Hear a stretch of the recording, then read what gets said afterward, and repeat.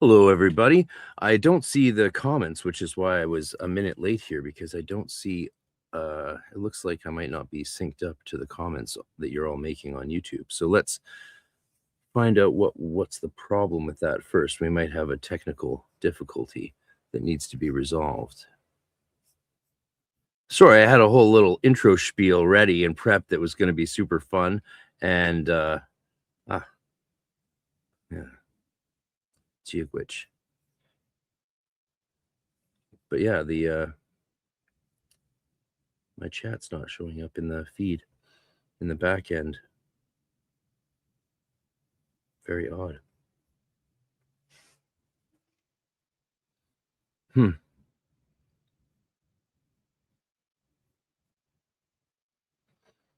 Sorry, I'm just checking in the back end to see if there's something I can do.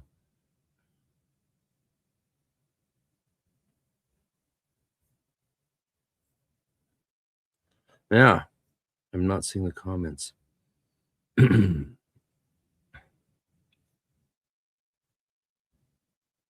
Oh, it's set to a private video. Okay, I'm just going to stop the stream and start it again. I think that should work, I hope. Let me check one other thing first. Okay, public. Wait, that should do it. Save changes. Okay, there we go. All right, let's try this. Start this intro one more time. One more time. One more time. I can't sing that. I'll get striked. It's sad you can't sing music anymore without getting the people coming after you. Sorry you missed yesterday. Yeah. It turned into an AMA, but anything can turn into an AMA if you ask me anything. And watch it now before I make it members only. I said way too much personal stuff to keep that public for long. So yeah, become a channel member, support my work. Let's keep these streams flowing. Okay, so here's my spiel. Here's my take. Here's some notes.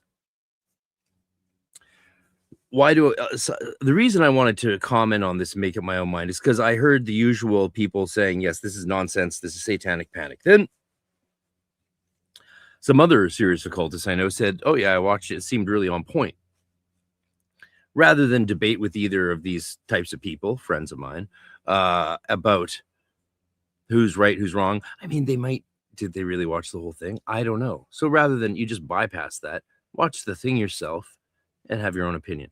Now, you're going to be pleased that I cut this thing down substantially. I did heavy editing on this file so that it wouldn't be as long. So that's only an hour and 20 minutes. There's no uhs and ums and like little niceties.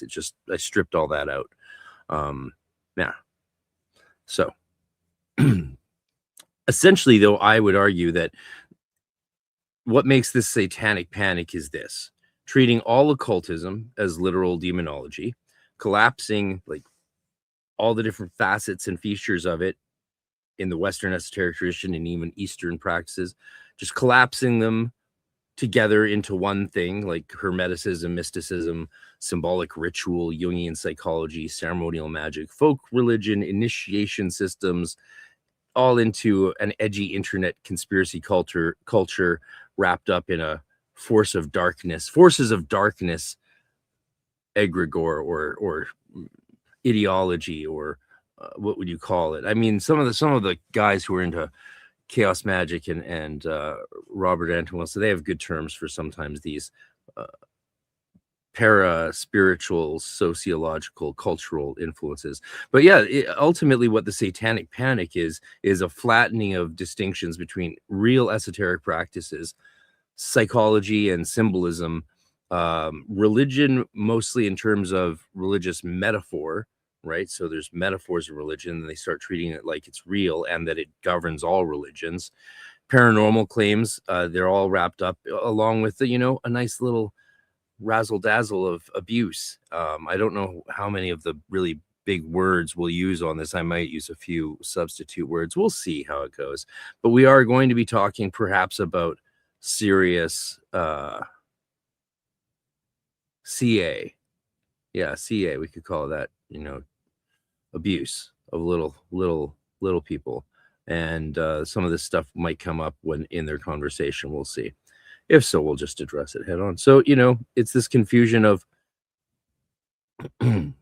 symbolic literacy and taking pentagrams and alchemy and Enochian, even apparently they address that, and Hermetica, Kabbalah, and initiation traditions, which are all very, there's a massive landscape of these things. Everything from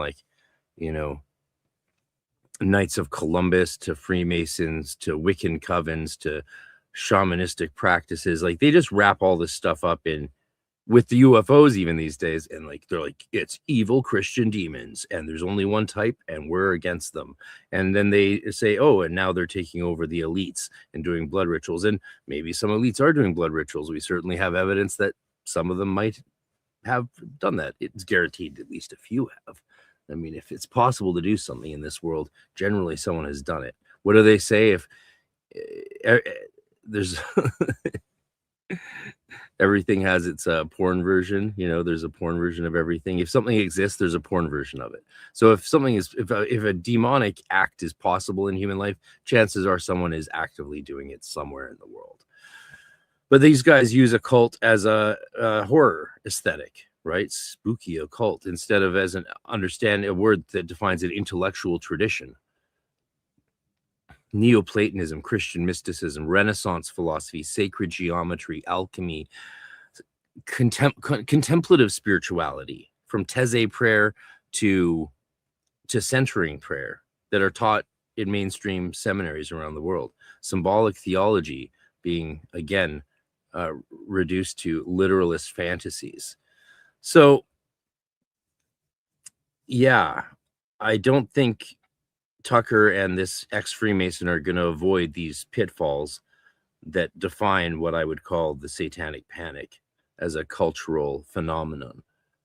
But they even recreate the exact same logic of the 1980 Satanic Panic, which started down the street from me across the water on Vancouver Island. That's where it started, right here where I live.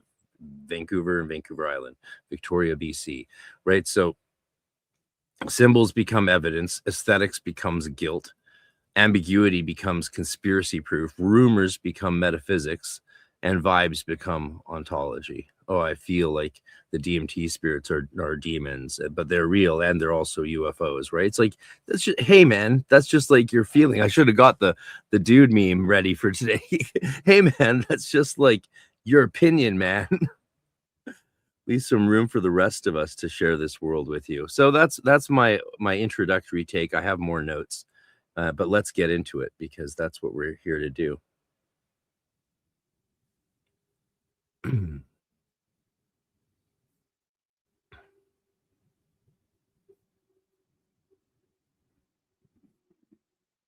Doing this, it dawned years after it dawned on you that there are no secular leaders and that people pose as science-based and non-religious, but everyone who has power in the world is religious. I have noticed they just have different religions, and you've been on this for a very long time.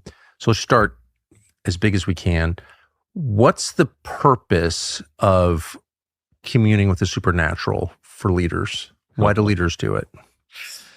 There are non-powerful people who are Freemasons, yes, but there are no powerful people who are not Freemasons. If you think about the nature of an initiatory group that's been around in its current form for a few hundred years, since the 1700s, right, in the UK, and likewise in France, they say its origin, or they believe that its origin precedes it to the Knights Templar, who were a very powerful order. From my understanding of the Templars, it's not the idea of 9 knights showing up in the Middle East during the Crusades to guard the roads. It was more about excavating under the Temple of Solomon. That was what they were interested in, were the ancient texts. They want to get to the Well of Souls. The Well of Souls, the ancient texts, the things that were written and hidden, incantations, things that you could call upon the spiritual realm, because that's the lore of King Solomon. King Solomon, as we remember from the Bible, he had wisdom, and he was a powerful ruler over what was then Israel. Richest man in the world. He had the gold, but why did he have the power? Was because he could call upon genies, and he could command them with his ring, the Ring of Solomon, the Ring of Power.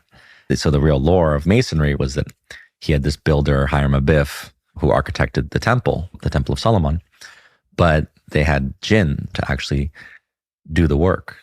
and to build it. Now that's all metaphor. And what are jinn? Genies in, Yes. in Aladdin's lamp. They Yes. are the beings. And so I went to Iran the first time was curiosity, but I went to go meet with some of these guys that communicate to them. And I would talk to them about what's going on in the world. And they would say, yeah, the jinn in Islamic lore is very similar to like angels and demons or the watchers in the book of Enoch. Right? Yeah. They're both dark and light. Some serve God, some serve the dark side. The idea of the power of Solomon was to have a relationship and mastery. Some people say that he got overwhelmed by the power, and that's why he fell. He ended up with the love affair that sank his rulership. It's a very dangerous gambit once you start communing with that side. All the initiatory paths, Freemasonry is one of them, the most famous one, lead you to that realm. Well, I don't know if Freemasonry is the most famous initiatory path.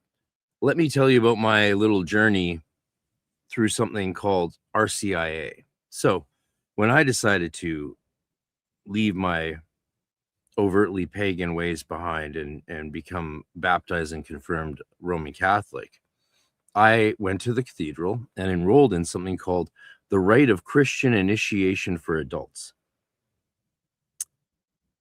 My guess is that initiation into Christianity has been around longer than the Freemasons.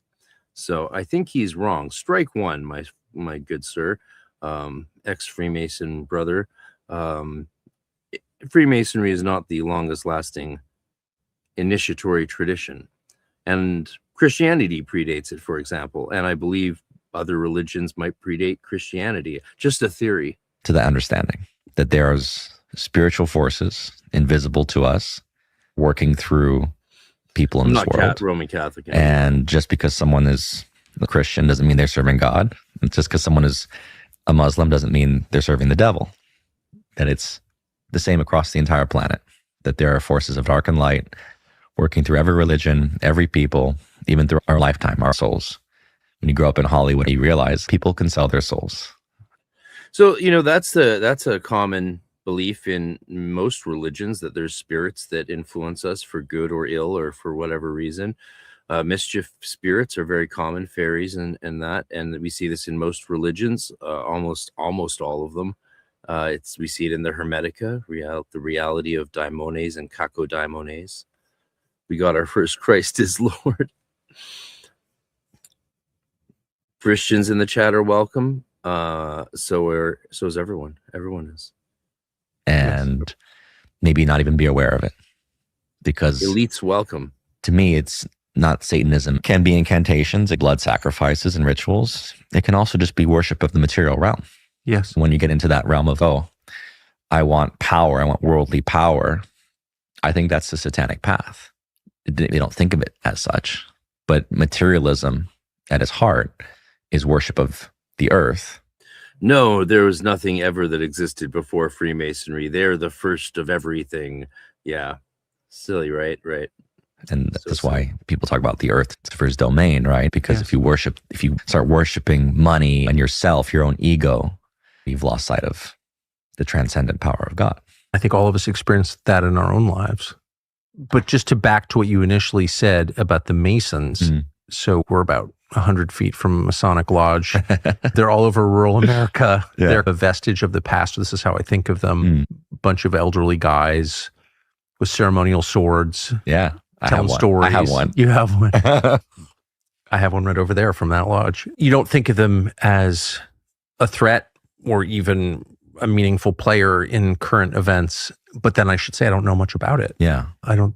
So really at all. You joined the Masons. Why did you do that, and what was it like? It was a journey. Rishikesh. Well, at least Sean Stone was a little better than the first occult expert Tucker had on. Yeah, it's crazy. Like, even on Lex Friedman, when he had a magic expert, there's professors who study this, like many PhDs studying this, all of whom would have given you a really interesting perspective from the historical area they work in. But instead they have on these people who are like, it's new age quackery just wrapped up in like a post-rational sort of atheistic, outfit. Yeah, I don't know. It's a weird one.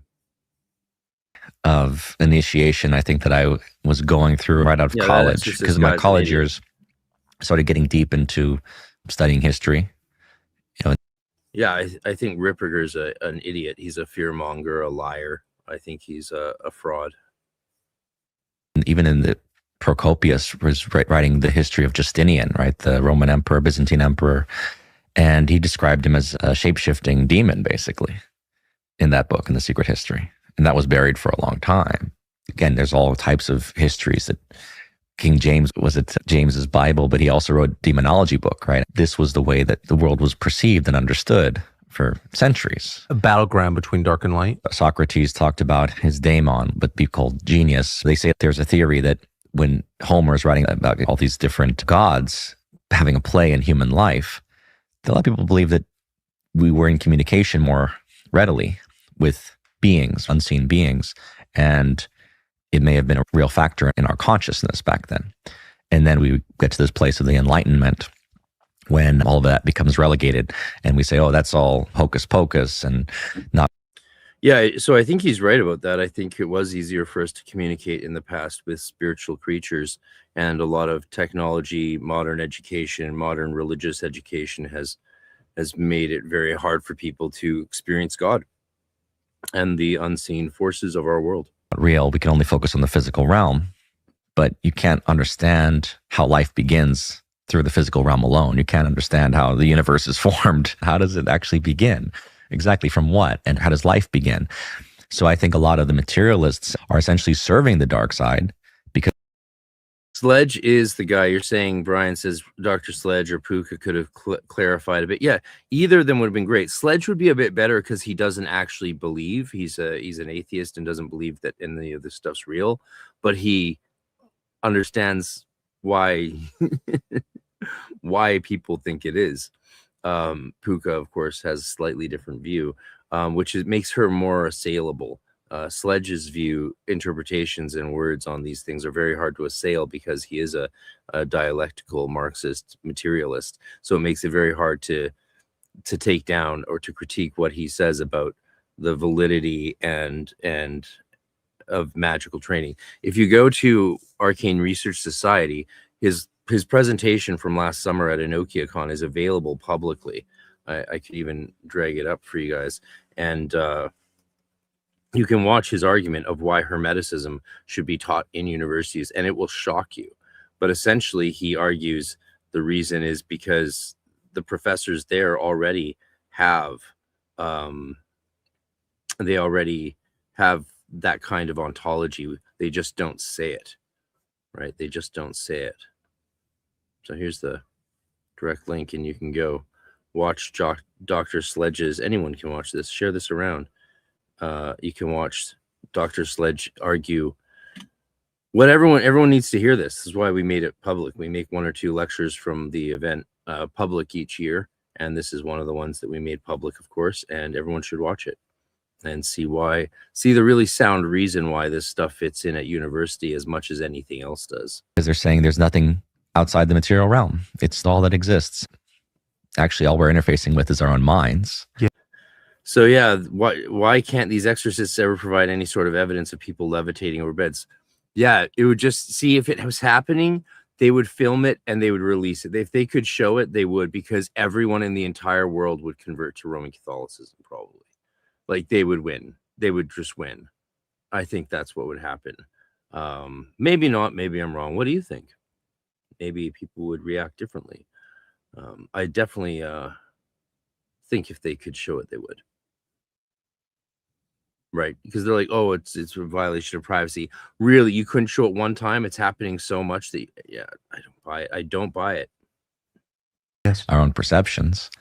And so when they want us to believe a very simplified version of reality, spontaneous evolution, random changes, right? Take away anything spiritual. I think that serves the dark side because it elevates our own egos. We're the progenitors of this, and we are the greatest thing in the universe, but it serves a transhuman agenda. It's all about perfecting ourselves through the physical plane of genetics, right? Genetic tampering and whatnot. And you try to take the spiritual origin impulse of God creating this universe out of the story, right? That's what the Enlightenment did in many ways. But you can't take it out because we instinctively, as souls that we are in human form, have this curiosity and this desire to know, okay, where did I come from? Like, my soul didn't just spontaneously appear. How do I have consciousness? Where does consciousness originate from? Just from our brains? I think we're understanding that our brains are more receivers, almost computers that can receive the internet that's around us, right? That's why people have near-death experiences, or they have out-of-body experiences, and they can see things outside of their physical body. So the materialist view is that consciousness, by the way, is an illusion. We just think we are aware, but we're not. And people like Dr. Sledge take that further. They think it's a delusion.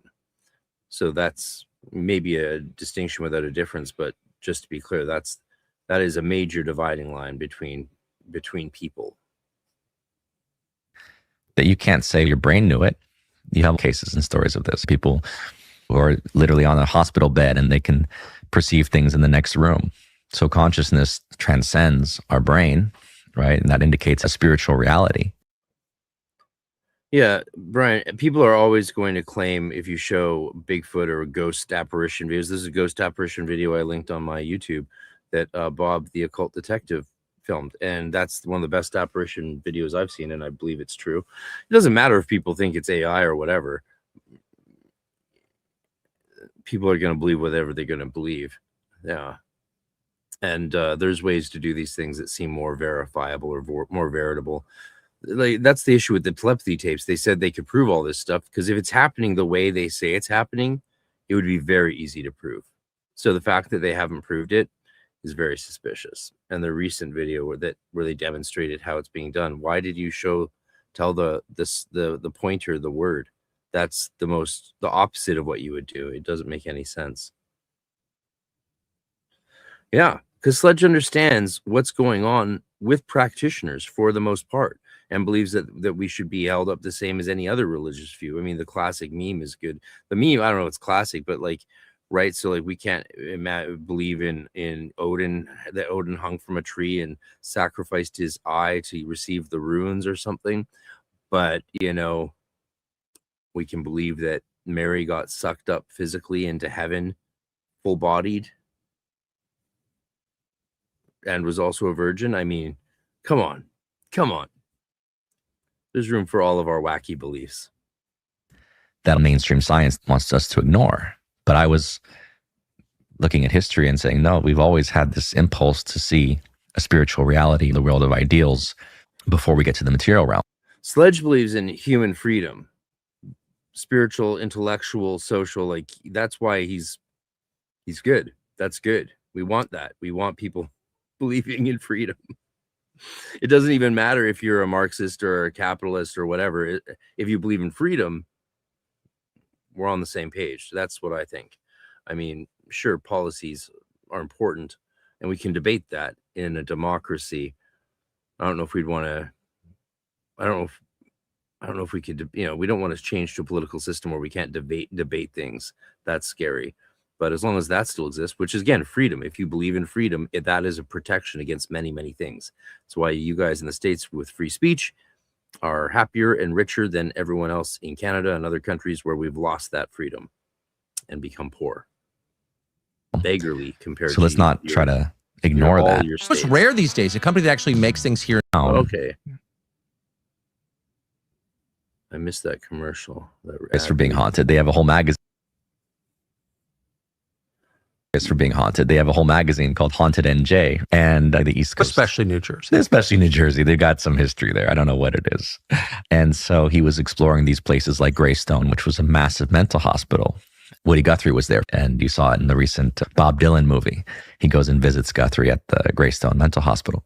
This place was for 100 years, it was one of the biggest mental hospitals in the country. It was the biggest foundation when they built it, until they built the Pentagon after. So it was a massive, we went to this place at night, and even though it was shut down, the lights.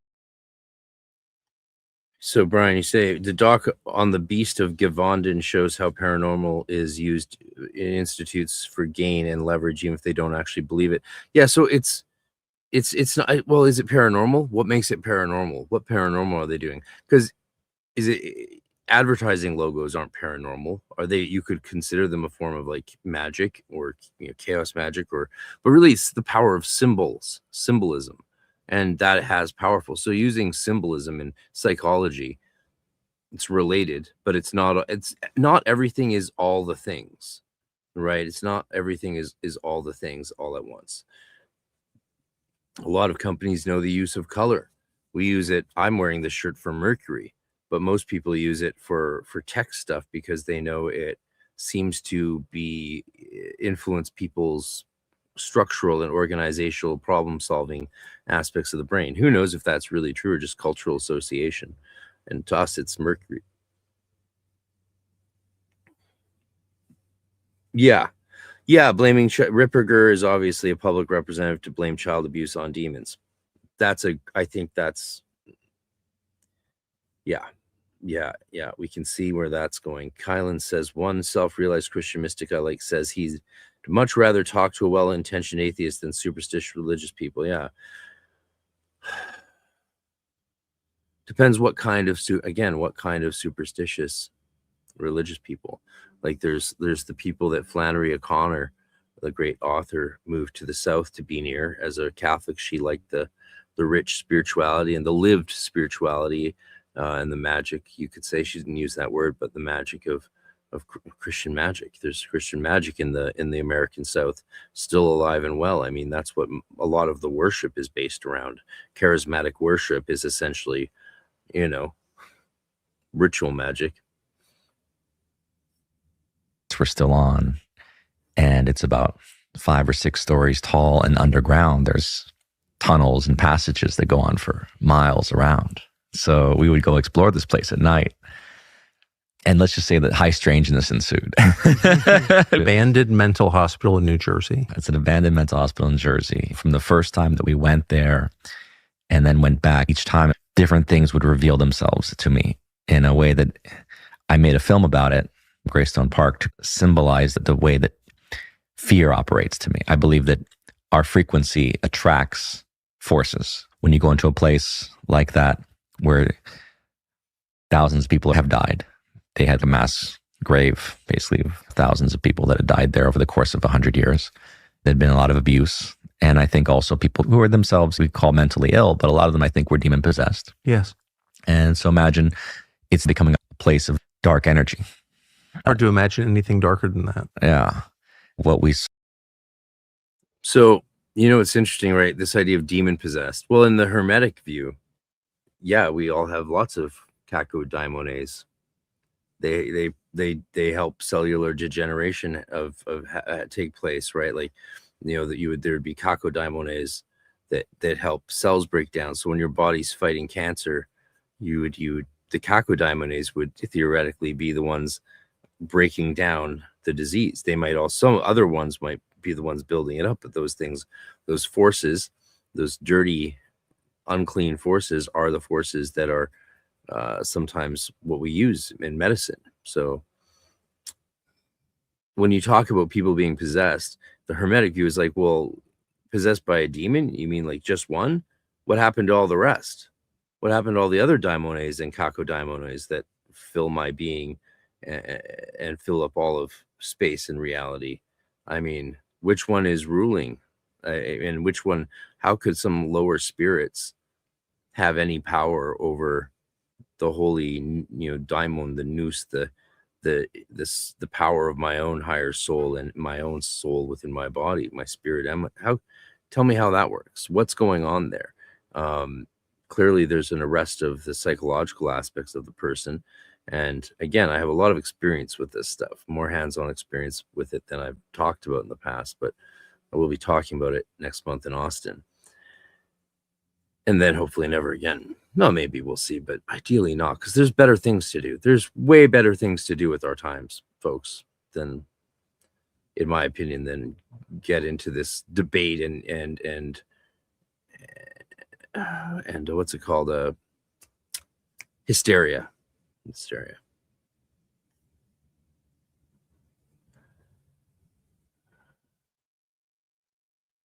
Kind of like antibiotics, yeah. Saw was indications, paraphernalia, books left behind of satanic rituals. Like people would go there and perform rituals to draw upon that energy. Why would someone do that? So like in my experience, when struggling with or seeing people struggle with possession or struggling with it myself, perhaps even, well, who knows? It can't happen unless you're disconnected or off balance in a radical way, or there's some real, because if you're doing all the prayers and purifications, like how can that happen? How can that happen to someone who's not participating in any negative behavior whatsoever, living an extremely religious, pure, and ascetic lifestyle? How can a spirit affect someone? But they actually can, and it can seem to that person that they are possessed. But anyway, there's just a few. We'll keep going. So this gets into the nature of our realm, right? If we understand material realm is what we see and what we interact with, but as we know, at heart, it's all energy.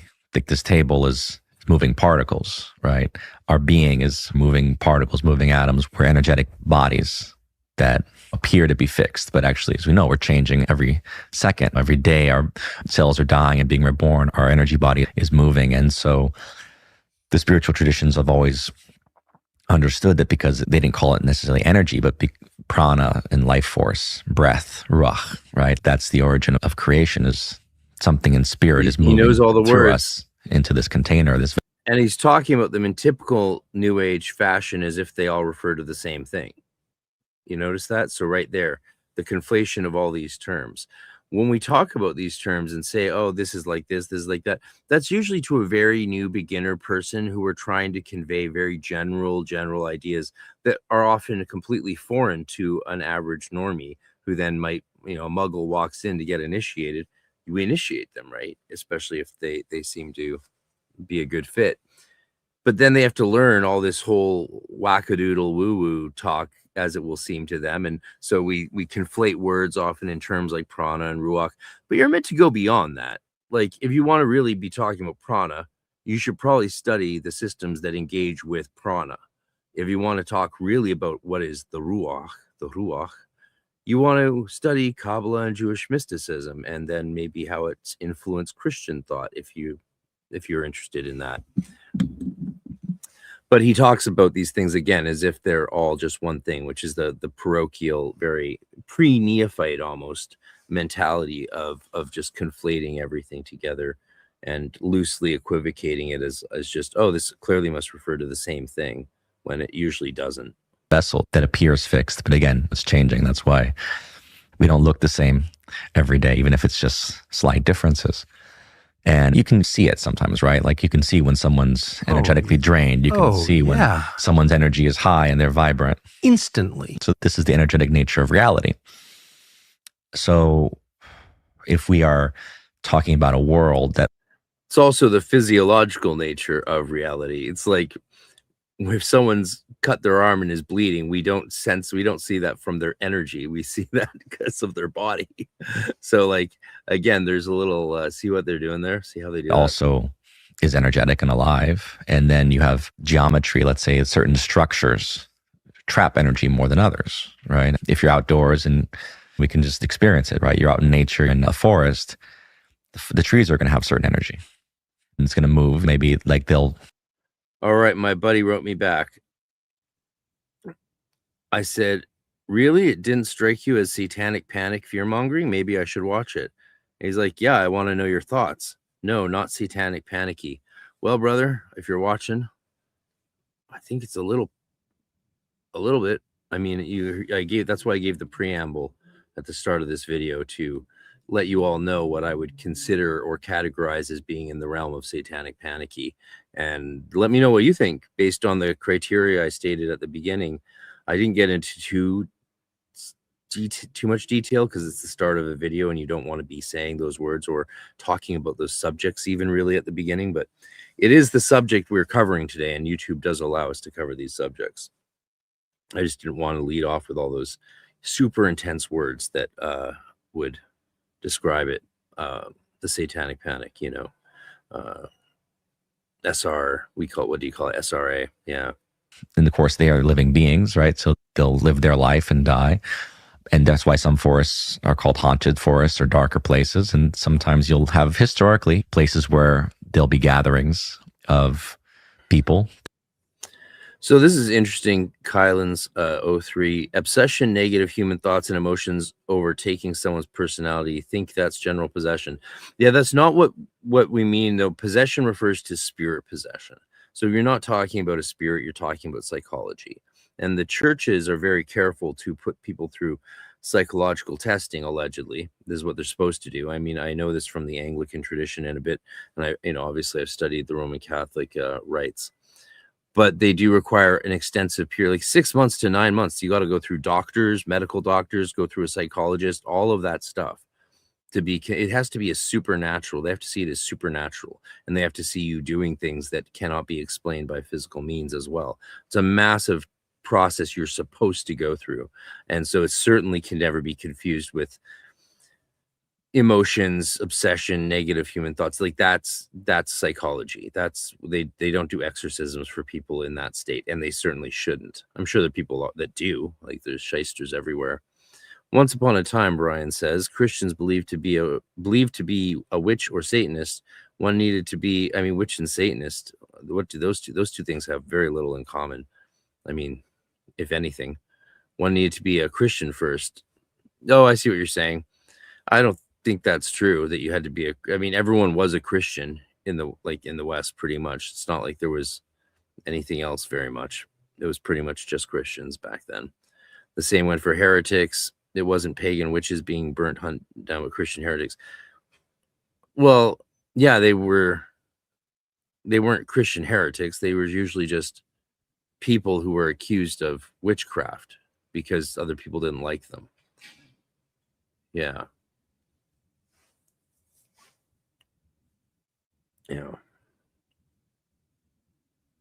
The witch trials have been well covered. I mean, Sledge covered them well. You can go through all that stuff. But yeah, of course, there wasn't pagans during those times. There wasn't that wasn't a big thing. Like there was the Druid orders and stuff, but even most of them would have considered themselves Christians.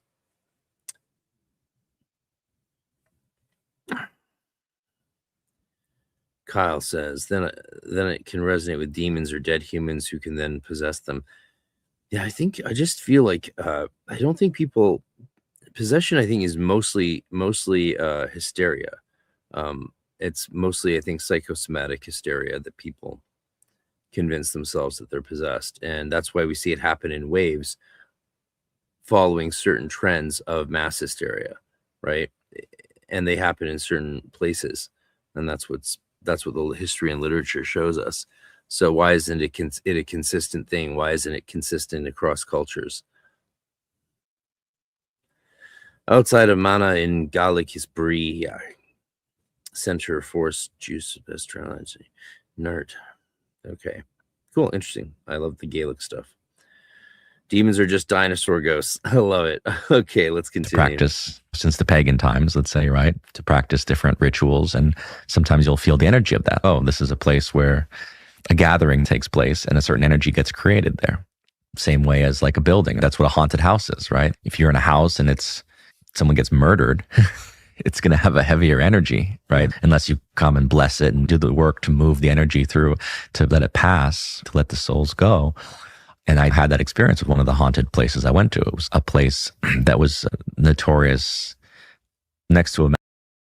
Sometimes, I kind of think everything's haunted if you're sensitive enough. You know what I mean? Mental hospital where kids were housed. And this was upstate New York. This was different from Greystone. And in that house next to the mental hospital for kids, the legend has it that a priest was molesting these kids at that property and killing some of the kids and doing black magic. In that house, I saw people get possessed and we heard the sounds of hell. We'd be upstairs and all of a sudden we'd hear howling of dogs and demonic laughter echoing through the house. We went back multiple times and we blessed the house. And the final time, felt a purging of energy, and the house burned down on its own within about a month or two. That's the kind of thing we talk about, the energy that gets trapped in places until you come with. I find that stuff really interesting. I'm into this. I'm here for this. Let's. I mean, higher frequency of blessing a place, clearing the energy. We're talking of a battle of dark and light, forces that draw upon dark energy, invoke darker spirits. If everything is like frequency, fear, horrific, horror films play into the psychology, right? Freddy Krueger, he's a dream demon, right? He infects people with fear. Demons are scary, monstrous, shadows, things that create fear in us. And then it seems to be like a frequency match, almost. Do you think that's one of the reasons that Jesus so often tells his disciples not to be afraid? Remember when Jesus casts out the demons, he sends them into the swine, Yeah. right? Get them out, they go and kill themselves. There's different frequency of demonic energy. There's madness. A lot of psychosis we have experiencing in this country, I think, connects to it. A lot of it. Jesus says, "Be not afraid," because that's what angels say, right? So they're trying to draw parallels in the Christian gospel between Christ and angels in the Hebrew gospel Bible. Ties into alcohol and drugs, lowering people's frequency. It's one thing to have a glass or two, but as we know, a lot of alcohol, what does it do? In my experience of seeing people get possessed, it's like seeing when someone's blackout drunk. We've all seen it. Someone's coked up or out of their mind with alcohol, and they behave erratically, irrationally. They get aggressive, they get mean, or they start laughing. It could be the cocaine, brother. It might just be the cocaine. I don't necessarily think it's a demon, you know? Hysterically. And the next day, they may not remember anything. It's exactly what possession is. Like, hey, sorry, man, I thought I was doing so well last night. Then a demon possessed me. And I'm sorry, I took all your money and bought more blow with it. It's the demon, man. It's the demon. It's like, right. Just a normal, regular, everyday demon possession. Because when you see someone get possessed, it's like a flip of a switch. And they go from someone you can see, look in the eyes and see what they are, to just checked out. I've seen people. Yeah, that's called drugs. Drugs does that to people. And everyone's psychology is different. It can trigger things. It can cause people to have psychotic breaks or become versions of themselves. Like I knew someone once who couldn't have even the one toke of weed. Obviously, none of us here have ever. We're talking hypothetically and have never would do anything like that, of course. But unless recommended by a doctor. But I've known people who if they took one toke, they would shut down and couldn't basically talk for the rest of the night. And so, things affect everyone differently. And I don't know if it's instant. Yeah. Drugs are a hell of a drug. Screaming. I've seen people laughing maniacally. I've seen just check out, just staring blankly. You know that this person's not in there. I thought that's just Gen Z. Sorry, Gen Z. I love you guys. You guys are great. The right mind. Yes. And the key is to bring the light back, breathe, bring the good energy back, raise the frequency so they can come back to themselves. This battle is between the darkness that it feeds on the fear, that lower vibrational psyche of not being in our right mind, not being in our higher selves, not being connected to our spirit, to God, basically, right? To spirit that is always available. Thank you very much for the super chat and being a channel member. I much appreciate it. You guys keep this thing rolling. So you say, Finley, talk about haunted work in an overnight shift in a hotel. It's like M. Night Shyamalan movie. Thanks for this live feed. You're welcome. Yeah, we have Riverview. They filmed a lot of movie. You've seen Riverview. They closed it down. And I remember when they did, because they dumped a lot of the people who were spending their lives there and just needed care. Really nice people, a lot of them, because I got to know them because they dumped them in our neck of where our temple was based in Gastown. And so there's all these people that went from having their home just ripped away and they're dumped on the street and they're running around. This one lady would always come up to me and be like, can you buy me a coffee? Can you buy me? She would just go around to the street asking, and we'd start, I forget her name, but we would always buy her coffee, and she knew she could always count on me, and she would just want a coffee. That's what, and, you know, I was like, well, what do you do? And she's like, well, since I'm out of the hospital, I just do drugs because they don't give me drugs anymore. So I do crack or whatever I can get. And she wasn't present. She needed care. And they just took all these people and threw them on the streets. You know what they gave them to support them in Vancouver? An extra pair of shoes. That's what we gave them. They gave them an extra, here's some shoes. Now fuck off. And that's what they did to all these poor people. But the mental hospital that they were all in is now very famous, and a very famous place for filming. You've seen many X-Files episodes shot there. Many Fringe is shot in Vancouver. The main university they used at the start of Fringe was My Hill Seminary. Yeah. Overnight hospitals. Yeah, you'll see there's spirits. There is spirit activity, but you can go to most places, and some places more than others. That's the whole point. We know this. So possession could be mass hysteria, bread, mold, mushrooms. It could all be psychological, or also, well, it's a mixture, right? Like, I think that's the point. However, it could happen to be parasitic living animals, foreign bacteria. Well, I don't think it's one thing. I don't think what we call possession is one thing. I think it can result from different things. What it leads to is a loss of agency, right? You lose agency.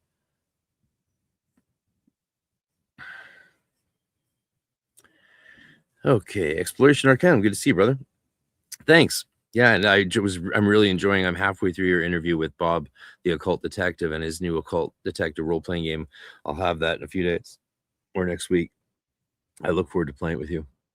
So this is my D&D buddy Jason in the chat. Good to see you, man. Great stream, bro. Jesus said, "Don't be afraid," because he didn't want to scare his disciples when he appeared in the middle of them in a locked room, not because there were demons about. Right.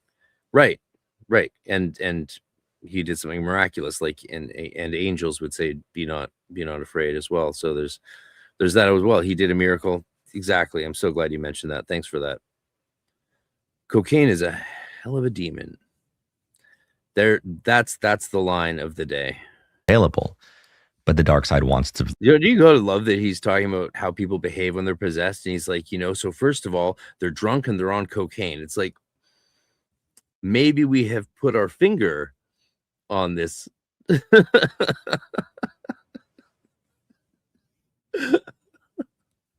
Lower that frequency to a place closer to hell, a place of torture, of suffering, Yes. pain. Place of the dead. Yeah.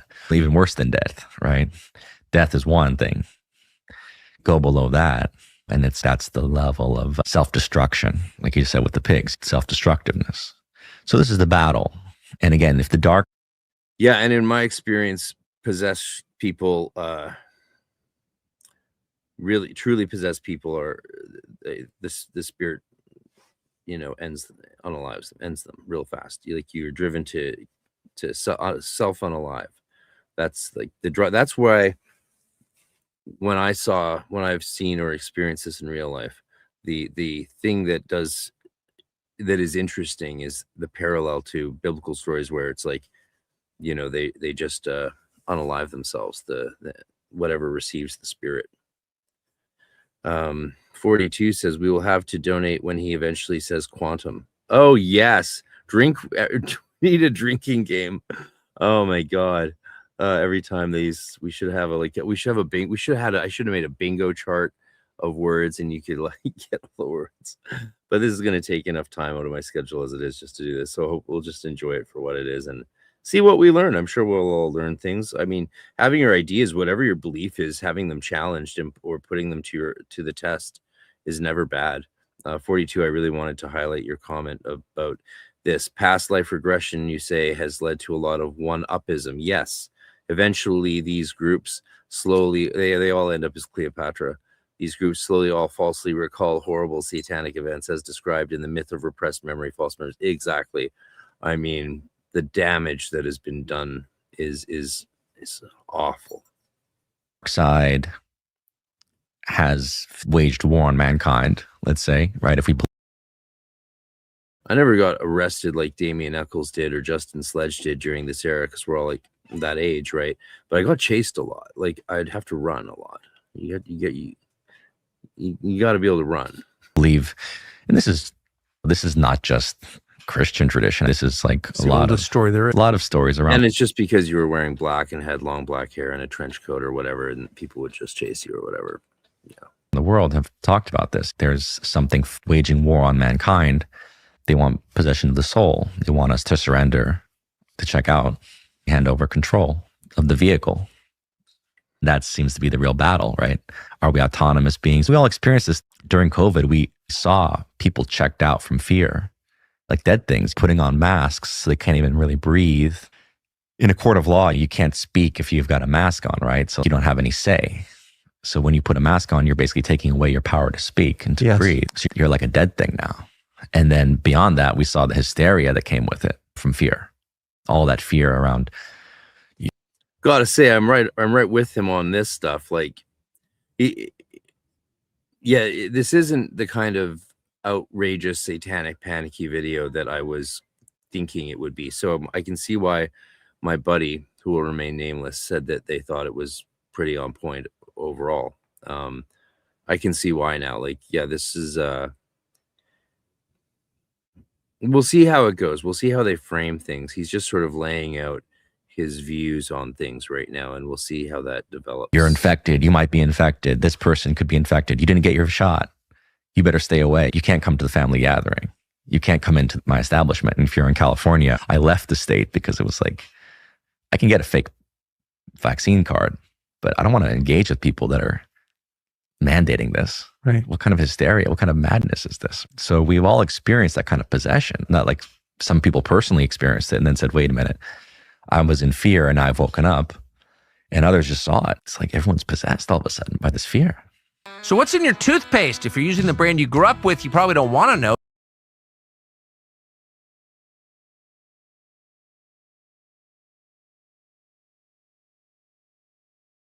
Man, I really thought I trimmed those out, but somehow there's too many of them, or they were too short to notice. I hope that doesn't get me dinged. I might have to, we'll see.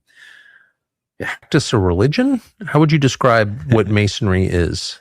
Masonry is based in the Old Testament. A lot of the Masons I know are Christian, but I look at it as an initiatory path. So I don't look at it as Masons are evil. What I experienced was that so I'll put it like this. The first night that I went there was the Cornerstone Lodge in New York, which is a very famous lodge. People like Jay-Z go there, and it's Jay-Z's a Mason? From my understanding, he was with that lodge as well, but higher than I was. But the point is, yeah, like we got like mocha only here in my lodge, or our lodge, or one of them. My other rock star buddy. There's a lot of people are Masons. A lot of people are Masons because it's a lot of different things to different people. Yeah. Jay-Z, of course, Jay-Z's a Mason. Like that it's an initiation that kind of right. So just defining Masonry as an initiatory path, like, so there's some Christians, but it's an initiatory path, just like Christianity is an initiatory path. What a pointless distinction unless he gives it some more definition. I felt was being observed and watched, and I know it was watched because after doing the first degree initiation where you get the blindfold and the noose and all this stuff is online. I'm not revealing some secrets, all the phrases and things, the geometry of it, where you have to walk certain directions and points and say certain things. All that's online now. It's public. But when you perform it ritualistically like a play, there are other forces that are not human that are engaging in the experience. And I know that because... See, this is the nonsense, right? Like the reason the Golden Dawn was created was to actually do magic in their ceremonies and initiations, because the Masons weren't doing it. And this was the critique of top level Masons like William Wynne Westcott, R.W. Woodford, Woodman, and McGregor Mathers. Like, their problem with the Masonry was that they weren't doing what he's about to say they're doing. That's why they created the Golden Dawn, because Masons weren't doing this. It's not a part of Masonry. So do spirits exist? Does God, are they floating around? Sure. I mean, you got human beings together, you got a bunch of spirits, theoretically, spiritually, theologically, all in the same place. But the Masonic rituals aren't conjuring and compelling spirits to appear and take action upon the candidate. When I was leaving the lodge that night with my friend. And did he give any proof of that? The first degree initiation where you get the blindfold and the noose and all this stuff is online. I'm not revealing some secrets, all phrases and things, the geometry of it, where you have to walk certain directions and points and say certain things. All that's online now. It's public. But when you perform it ritualistically like a play, there are other forces that are not human. It's called a mystery play, like a mystery play. It's not like a play. It's as a mystery play. It's an actual thing. See the conflation happening again? It's like, oh, it's not this thing. It's not this thing, but it's like this thing. It's like loose equivocations, false equivocations, conflations. It's a sloppy mess that they can then just call, demonic and occult. It's intellectually lazy and pathetic and insincere. It's anti-intellectual, of course, like all the good buzzwords. It's all that stuff. It doesn't have to be. He could be being more honest, but he's mainly, I think what he's trying to say is that his experience was that these things are there. Maybe he's a super sensitive, psychical sort of guy. Men that are engaging in the experience. And I know that because when I was leaving the lodge that night with my friend, we got a phone call and it was an unknown number. And this sort of husky voice was on the phone and he was like, "How was the meeting?" And I was like, "It's an interesting game you guys have going here." You're saying a lot of things that were like biblical, 40 days in the cave, some stuff that I didn't understand. But I knew that they were watching me because I was walking back to my apartment in New York. It sounds like someone was fucking with him, right? Like that's not a thing. You don't get calls from 666. I mean, maybe there's I've had some, there's synchronicities, but it does, you don't want to be one of these people that just, I mean, how do you know anyway, it sounds like someone was messing with him, like one of his buddies or something. And I'm like, "Oh, so you're watching me?" I'm like, "Okay, what am I doing?" He's like, "You're walking." So I stopped walking. And he's like, "Yeah, you stopped walking." And I was like, "Okay, it could be a guess, but let's just continue the conversation, go upstairs." And I had a gray shirt on and black pants. And after I started recording the conversation, the audio did not record subsequently, only the video recorded. But as I was recording. Okay, so unfortunately, I've had that experience a lot when I've tried to video record or film rituals where I was conjuring spirits to visible appearance or physical appearance, or however you want to define it. Trying to get spirits to show up as much as possible, to the extent that I would film just in case, I caught something. And the amount of times that it's been video without audio is crazy. It's just crazy. And then there's times all your screens froze. I had 5 redundancies one of the last times I did this. 5 redundancies, and it got nothing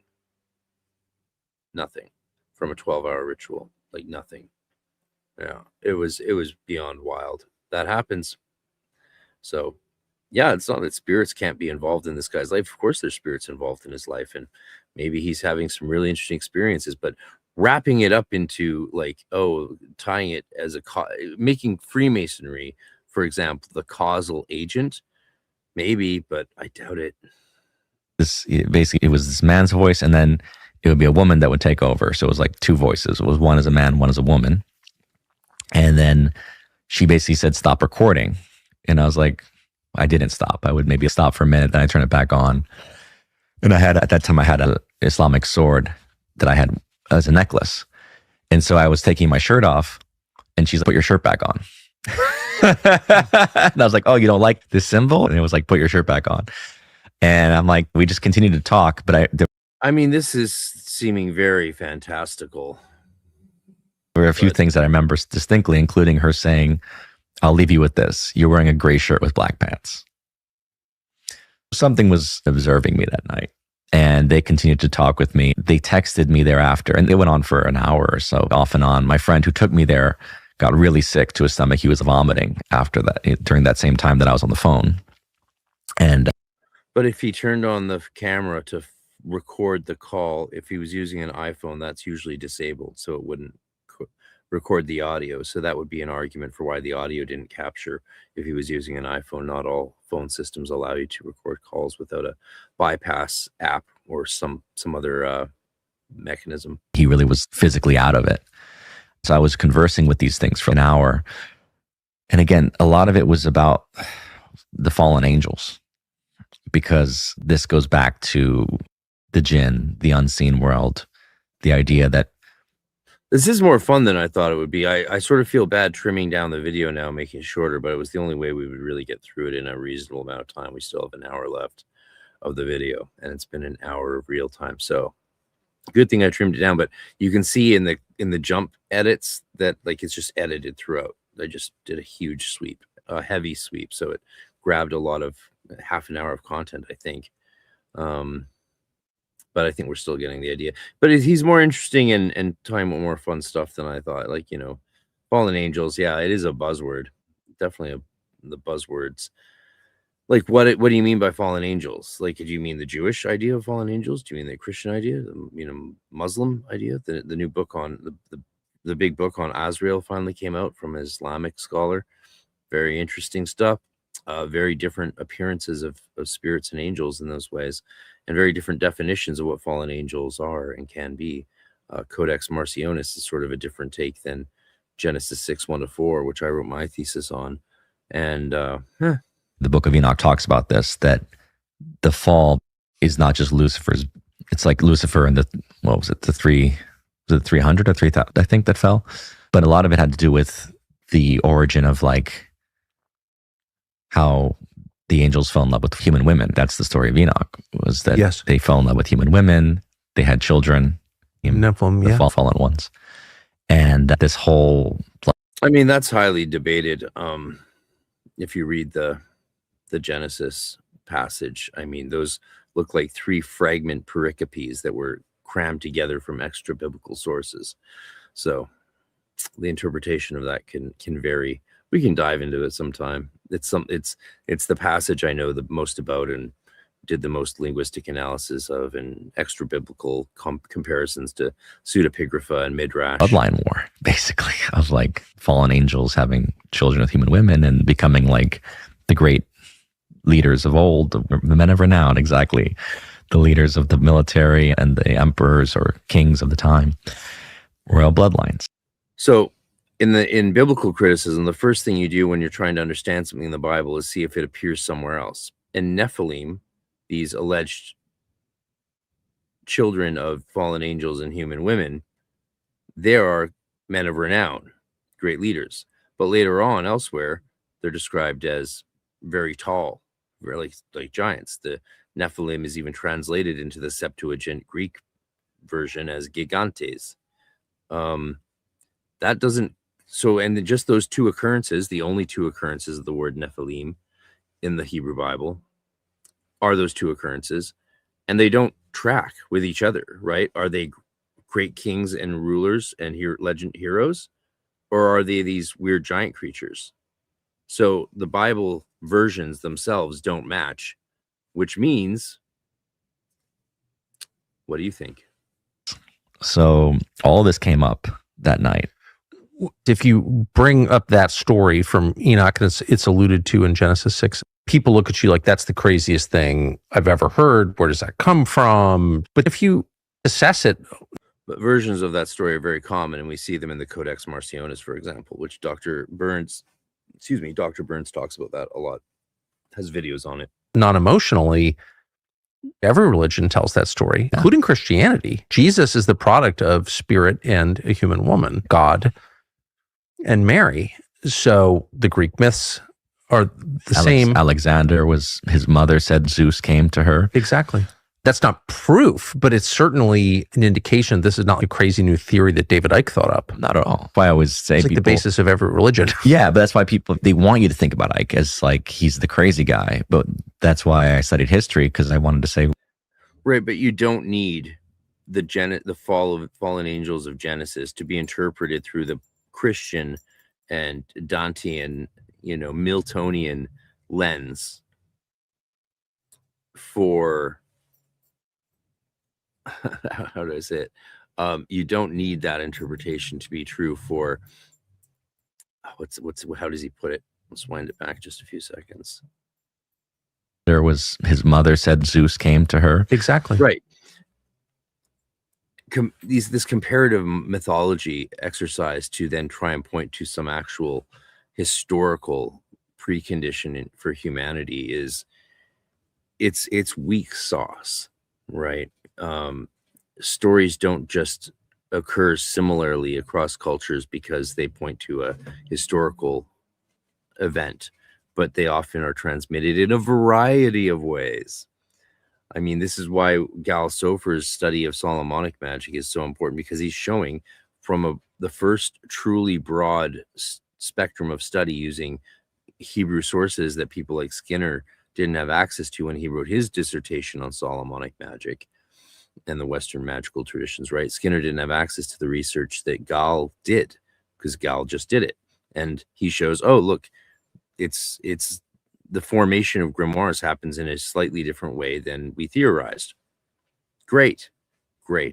So, not everything is as simple and cookie cutter as we want. Like things transmit and influence each other in so many complicated ways, and stories get adopted by other cultures, right? Like, why does everyone have a flood myth story?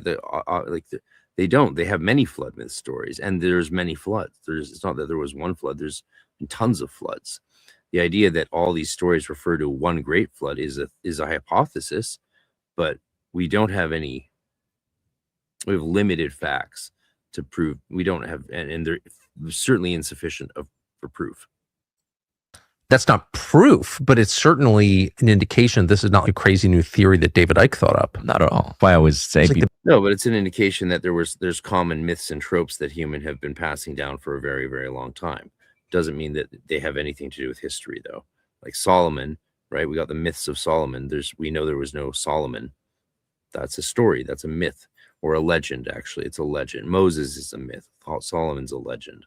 Basis of every religion. Yeah, but that's why they want you to think about Icke as. Whereas David's historical. We have evidence David existed. King David. No evidence Solomon existed, and we know for certain that Moses didn't really. The story came along too far after the events would have occurred, and the events couldn't have occurred as described. It's like he's the crazy guy, but that's why I studied history, because I wanted to say, no, Icke is just picking up on old traditions, and he's just listening to people that are telling him stories. You can hear that story in any church in the United States every Sunday. Exactly. So it's not a departure from what people have thought for thousands of years, that there is the physical reality of even the Anunnaki texts of the Sumerians, which predates the Old Testament, talking about the Anunnaki sky gods creating the first humans as their workers. Like the flood mythology comes from that. Displeased by the behavior of the Nephilim, that he destroyed the world, and their behavior he called out was violence. In eating humans, the Nephilim did. Remember, the giants ate the humans. That's in the Book of Enoch. That was the issue. The giants.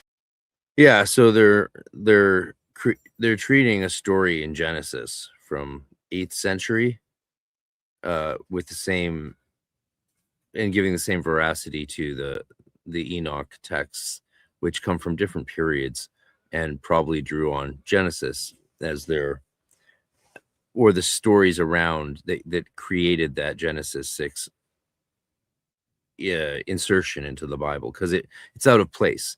And the last line of that pericope quatrain, and God limited their number of years to 120, right?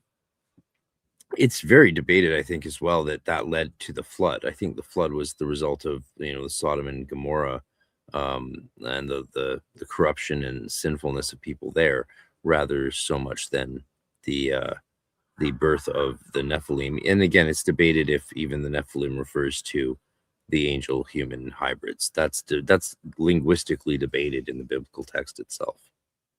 The Nephilim might not be a plural word. It might not be yod mem for a pluralization of the verb to fall, nephal, right? Nephilim, the fallen ones, might not be that. The mem there, Dr. Page, I forget his first name, but I studied his dissertation in 2002 at UBC, and his theory is that it's an enclitic mem. We'll get into that when we talk. We'll do a whole thing on the Nephilim sometime when I have the time and energy to put it together. But yeah, maybe it doesn't mean Nephilim in the plural verb sense, and then all of a sudden all this stuff falls apart. Who knows?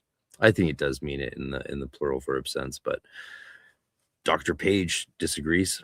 For eating people takes us to the present day. Demons drinking human blood, or demon-possessed humans drinking human blood, Dracula mythology, right? This is drawn upon the old world. When Hunter S. Thompson talks about adrenochrome and people say, oh, he made that up, I talked to a military intelligence guy who goes, adrenochrome is real because it comes across our messaging boards all the time.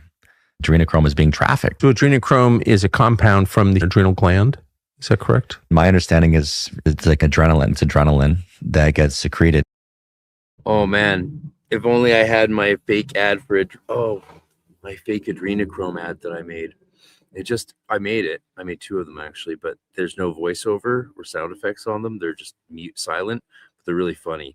Maybe if we get enough, here's the deal. I will find that video file or bounce out a fresh copy to play at the end of this.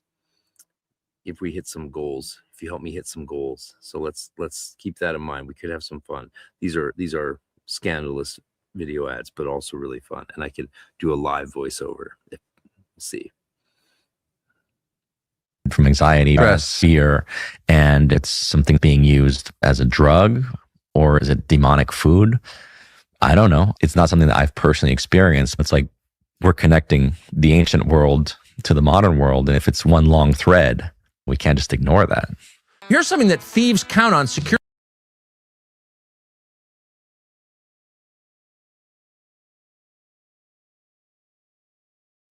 Sorry Picking the blood. The video is too long to. I thought I caught all those. Genetics, bloodline. These were preoccupations for every civilization before 1945, and they've been eliminated from public conversation by media. But media is the greatest magician of all.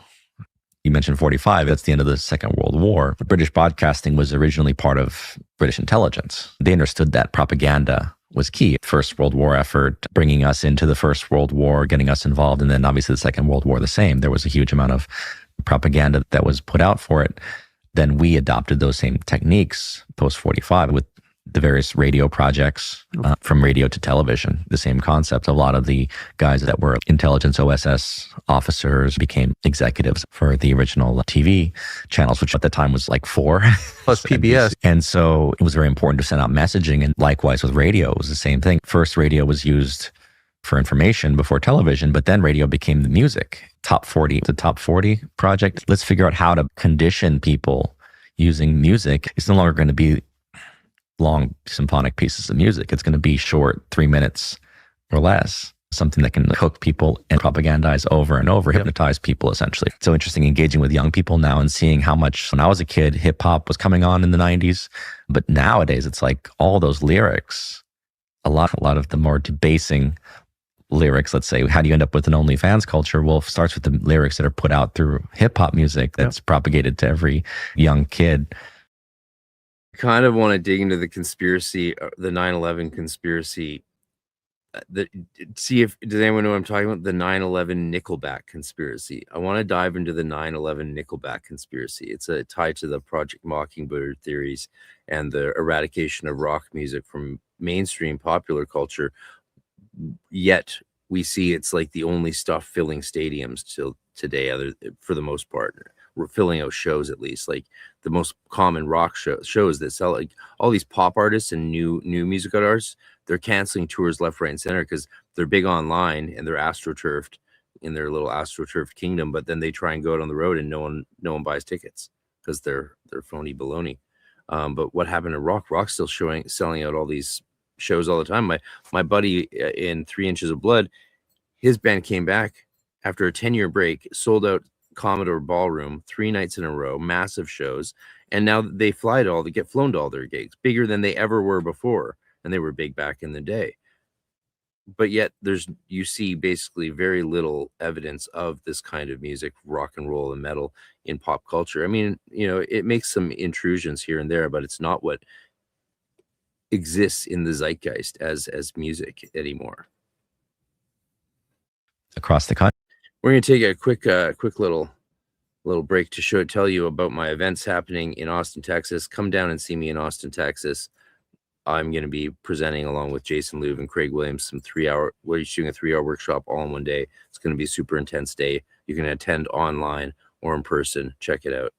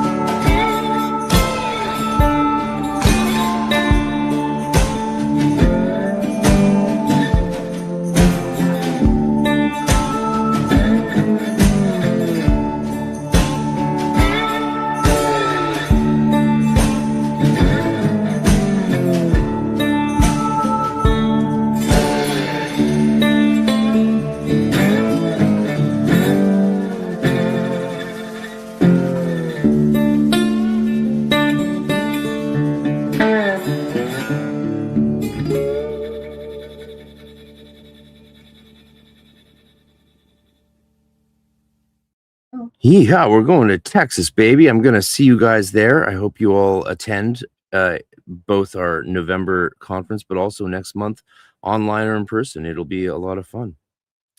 All right, let's get back to the show. And then that becomes part of the cultural conditioning, languaging. So I think music is one of the most important magical tools that's used to influence culture, and then not just music, film, and nowadays with streaming, it's putting people into hypnotic states for hours on end when you stream things into the consciousness. Yeah, social media are hypnotic. Yeah. I've noticed. So TikTok, people fall asleep to it. Yeah. Scrolling. Part of the point of the propaganda effort is not just to highlight lies, but to prevent people from considering things in full context or seeing the whole picture, eliminating certain important themes from the public conversation. Yeah, the Nickelback thing is interesting. I mean, apparently he believes that it was depromotion of his band was tied to 9/11. Now, and I had, I had a long personal experience with Chad, shall we say, in 2011. Yeah, I spent a lot of time with him one night. And so I know a few things. I've had experience with him. It was when I was working as a rock journalist for Rockstar Weekly, and gotta be careful a bit. I also know what other people and friends who worked in the industry in Vancouver, because he would just always go to Roxy after his shows and party there and do a lot of things there. And there's lots to say, but that's not what I'm interested in. I'm not interested in the Chad stuff or trashing Chad, or 604 Records or Jonathan. Hey guys, it's me. But I'm curious about the perhaps mockingbird of diminishing rock in popular culture for reasons. That's interesting to me. I look forward to getting that. So what do you say, Brian?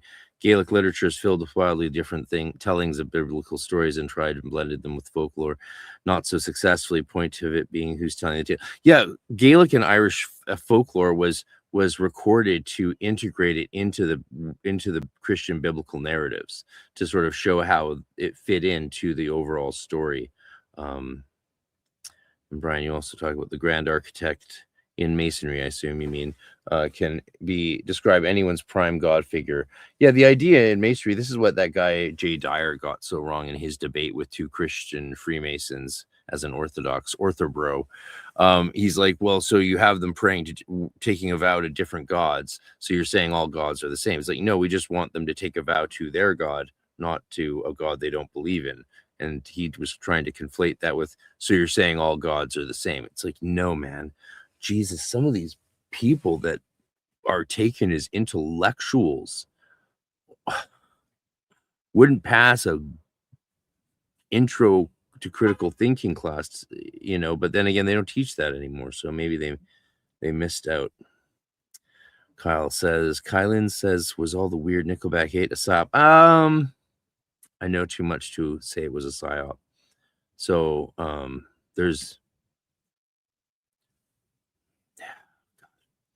we'll do a thing on that. We'll dive anything supernatural would fall into that. Blood and genetics would also be part of that. But the people who run the world never stopped paying attention to the supernatural, to blood and genetics, did they? No, I don't think so. From my experience, but you talk to some of these families, and in the UK, you feel it, especially in England, the aristocratic culture, the mindset. To this day, they still have a king. They still have the aristocracy and the bloodlines, families, and their traditions. And then you think about some of these families talk about they can trace their ancestry back to the Roman Empire or even before sometimes. But again, it's just whether or not you're aware of it. I think some families more so than others. The families that are more aware of it, I think, have a certain conditioning process. Some people talk about when it comes to the pedophilia.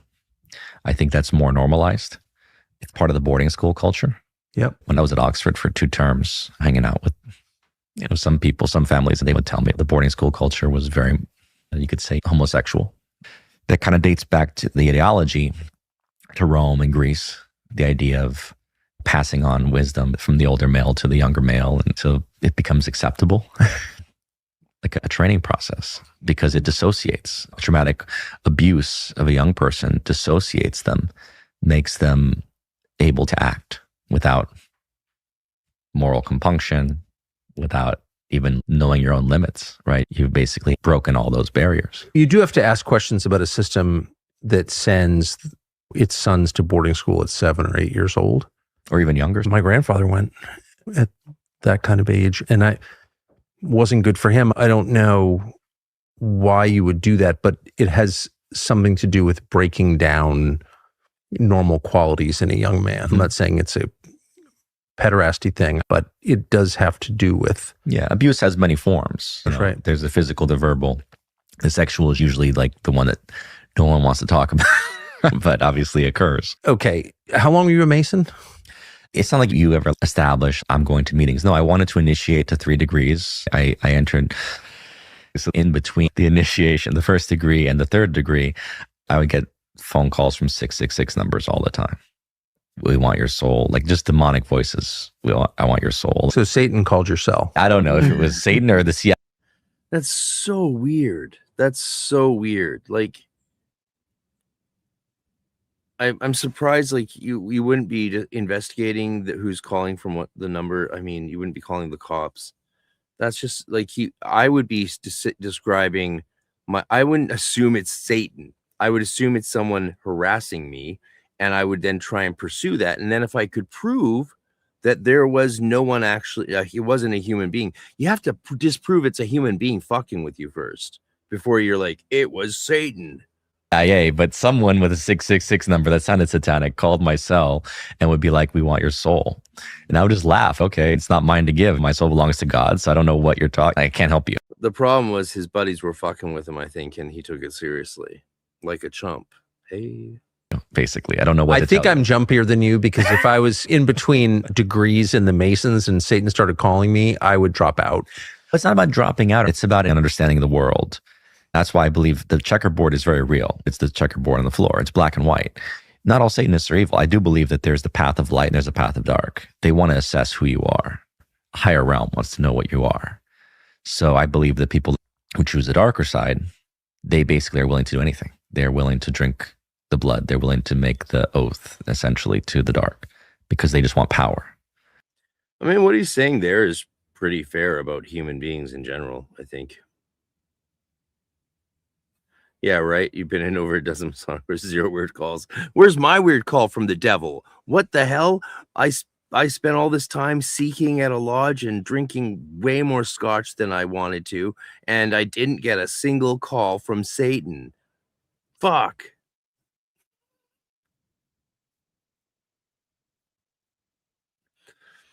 Pretty much wasn't given there. Yeah. So, yeah, Chad was like, he went on a rant, man. He was like, why did he was upset Arcade Fire won the Grammy and not him, because he said his sales were better and more people bought his album, but Arcade Fire won the Grammy. Still a rock band, a Canadian rock band. Why I loved their first 2 albums a lot. Or I think I loved their 3rd album even more, actually. The one with Rococo on it. That was a great album. That band has some issues, of course. Apparently some weird shit went down, but whatever. The music industry is makes anything in the occult world look like child's play. The shit that goes down in the music industry. It makes all of our, magical occulture drama seem mild. And if they know that your soul isn't wired that way, you don't end up on the satanic path. So again, like a lot of these were just tests. I felt like they were just tests. I got a call from Azazel one time. Azazel's the angel of death. Azazel calls, and then a day or 2 later, my grandmother passed away. Angel of death. No. Azazel is not the angel of death. Or even an angel of death. I mean, it's angel Zazel. I mean, do you mean Zazel or Azazel? Probably Azazel. And he's definitely not the angel of death. I mean, you're confusing him with Melech HaMavet, which in Arabic is different again from the Hebrew Azrael is the helper of God, but the Arabic Azrael is the angel of death, the Melech HaMavet. Yeah. When my grandmother... Wait, the angel of death called your cell? Yeah. It identified itself as Azazel. See, how can my buddy, I'm going to be teasing him, like, he's talking about the angel of death calling his cell, and you think this is not satanic panicky? I joined the Freemasons and the angel of death started calling me on a regular basis. And that's not satanic panic? I don't know what is, brother. Tell me. Let's talk about it. I knew what Azazel was. So I knew a spirit of death was around. But he didn't even look up Azazel? Okay, I wonder what, if you search the internet, what does it say? If you just do a Google search of Azazel. So he could have done a basic Google search and he would say, Azazel, it would have said, Azazel is an enigmatic figure from ancient Near Eastern traditions, primarily known as either a fallen angel who introduced forbidden knowledge to humanity or demonic entity associated with the ancient Yom Kippur scapegoat ritual in the Hebrew Bible. So nowhere, no angel of death. The biblical scapegoat in Leviticus chapter 16, 2 goats were chosen for Yom Kippur, one for the Lord and one for Azazel. The sins of the Jewish people were symbolically placed on the second goat, which was then cast into the wilderness. Early texts suggests Azazel originally represented the desolate wilderness, a fierce deity or demonic spirit residing in the wasteland. 2. Fallen angel, Book of Enoch. In apocryphal and late Second Temple literature, Azazel is named as a leader of the Watchers, the Grigori, right? Oh my God. He is condemned for mating with human women and teaching humanity how to make weapons and use cosmetics, corrupting the earth. 3. Pop culture. The entity has heavily influenced modern media, frequently appearing as a powerful demon, including the primary yellow-eyed demon in the TV show Supernatural. Hey, I consulted on that show. A lot of my friends are on it. My buddy was a casting director for it. Hellboy's biological father in the comics and recurring antagonist in various video games. Yeah. So he didn't even do a search to find out who Azazel is, and he just is going on Tucker. He's going around the world telling everyone it's the angel of death. Like, if you took seriously what your claims are about the occult, wouldn't you actually base them on the historical data that you're talking about? Like, there's two instances there of Azazel in the Enoch as well as in Leviticus, and neither instances are they angels of death. So clearly he wasn't actually talking to Azazel, because he was talking to someone else, or he's just lying. I mean, to me, this is a good indication of someone making stuff up. My grandmother passed within 1 or 2 days of that call. So I was like, wow, okay. What did the angel of death say on the phone? I don't remember. It wasn't like I remember specifically an announcement of something. It was just more of, in that time period, it was getting so many calls from these things like wanting my soul. And sometimes it was witches cackling, come play with us, come join us. Sometimes it was one time, and I played this on Alex Jones' show actually back in 2012. It was a call from 666, and they were doing Baal worship. They were like calling on Baal, and they were like, it sounded like they were doing a ritual. Okay, I think this guy's a Fed. Oh my God. Who is this clown? There's a filmmaker trying to drum up money for his movie or some nonsense like that. That is so retarded. Does anyone else think this is getting a bit much? Like jumping the shark? Let me know. And I'm digging up the fun Adrenochrome ad for you in the background. Oh, there's me in Supernatural. Want to see me in Supernatural? This is after the first or second consultation meeting I had with, where is he? He was involved in production. They thought it was the end of the series, but then they got more renewals. So here we go. There we go. There's a fun picture. There's me after consulting, getting together with Misha a couple times to consult for the end of Supernatural. But then the end was so popular, they did 2 more seasons or 3 more seasons. So that was cool. But I consulted. They wanted to know the theological implications of the ending, where the darkness and God go off together, and how that leads up to that, and if it makes sense theologically. And so we got together a few times to go over the lead up and the plot and everything. And yeah, and I got to do what Sledge did on Nosferatu, which is contribute our life's wisdom and education for no money and no credit. Yay. Voices are like Baal, la la. They're doing a ritual on the phone call. It was almost like they were trying to like engage my energy for what they were doing. That goes back to the question around the dark side wants more energy because it's more disconnected. I don't think anything is disconnected from God. It's all God's universe. I think the dark still serves the creator's intention. I don't think you can divorce yourself from the universe, but their frequency is lower. So they're drawing upon higher vibrational energy to draw us down. That's the battle, right? How many of the light can we bring? That's an interesting question, Bob. Yeah. What is Tucker's goal in pushing this demonic paranoia content? I think I want to sit with that for a bit. I want to sit with that for a bit today. Sit with that. To the dark. How many can we sink to our level? Or if we can't, they stopped after 2012, after my last degree of initiation. After 2012, I never got calls again. I felt like it was this testing phase, and it's okay. You don't belong to us. Who knows? Maybe they've taken new forms. I think the dark can manifest in different ways.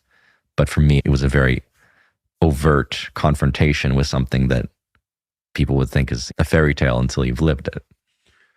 Do you think other people at the Cornerstone Lodge in New York were having similar experiences? I know the person I went with did, but like some of the other guys that I knew, I don't think anything changed in their life because I have to read that out. Frater GR. Is that the GR I know? Is this who I think it is? I don't know. Tell me if this is who I think it is, or not. I don't know. But that Frater GR says, I can't even read it without laughing. It's right up my alley. This is my kind of comment, brother. That's the fun part of the Satanic Panic. They don't know what the fuck they're talking about, have no evidence of anything, and keep doing all that as loudly as possible. Why? I don't know. Maybe it's because the people are retarded. What do you guys think? Oh, God. What are the comments we have here? They wanted to buy his key to soul. He gonna mention energy vampires next. He is Oliver Stone's son. Oh, really? Is that true? Oh, wow. Oh, wow. Well, I hope he's a better filmmaker than he is Freemason or scholar of the occult. Occult detective. He needs to get occult Bob the occult detective role-playing game and learn how to do occult detection, because the occult detective role-playing game, which you should all go get, my buddy Bob did that, and he's just on Jason Exploration Arcanum's podcast. Great episode. I'm 20 minutes left in it, but yeah, then this guy could learn, who Azazel is. I think the next big psyop is alien contact, and people like Tucker are there to tie the occult in with the aliens as demons. That would make sense. And then it's like, okay, aliens, alternative religion, all one thing. Global government must crush it. Yeah, gain social control through religion. Yeah, I think we're onto something. The crystal ball of the chat is never wrong, especially when you have it full of fucking magicians and initiates like I do. How many adepts in the chat? Probably a few. There's almost 40 people. He always sold fear and immediate crisis. Yeah. Filmmaker Sean Stone. I mean, maybe he was a PA on Constantine and it went to his head or something. I don't know.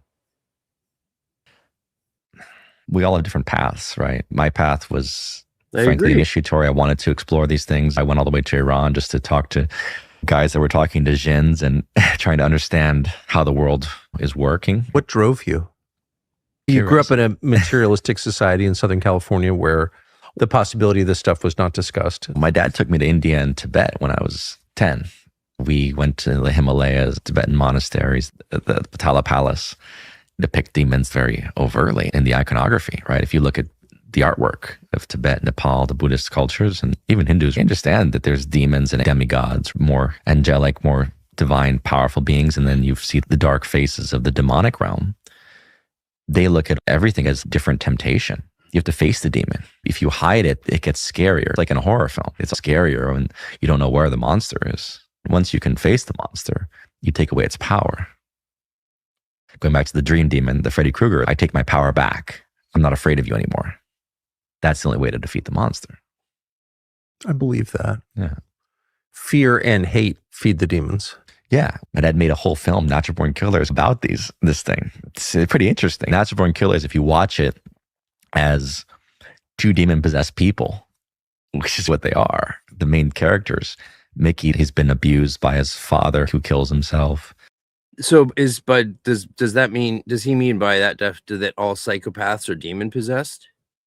Because they're psychopaths is what Natural Born Killers is about. That's the idea that you're naturally born a psychopath is the idea behind that that film. It's not that they're demon possessed. There's no demon possession in it as far as I recall. I think I've seen all the versions multiple times. I mean, great film. But yeah, no demon possession. So are we saying all psychopathy is demon possession? Maybe that's where they're going with this. Gridless says he has written books such as New World Order, Oh, okay. So he's deep in this, but yet completely beyond uneducated, like doesn't know, didn't even look up Azazel. He's talking about the Book of Enoch, then calling Azazel the angel of death rather than referring to what his role is in the book. That's so weird. His New World Order, his films include Greystone Park, A Century of War, RFK Legacy, and docuseries Best Kept Secret and All the President's Men. He made All the President's Men? I don't think he did All the President's Men. I've never heard of docuseries or any of these other films he's done. They redeem the demons? I don't know. They convert to Shia as... Oh, really? What? He convert? I don't know if that's true. I can't verify that this guy converted to Shia Islam. Could anyone link to the Bob Freeman occult detective footage of an entity? Yeah, we could actually watch it. Like, we could watch that. I'll dig it up and we'll watch it on stream. It's pretty... gives me the chills each time.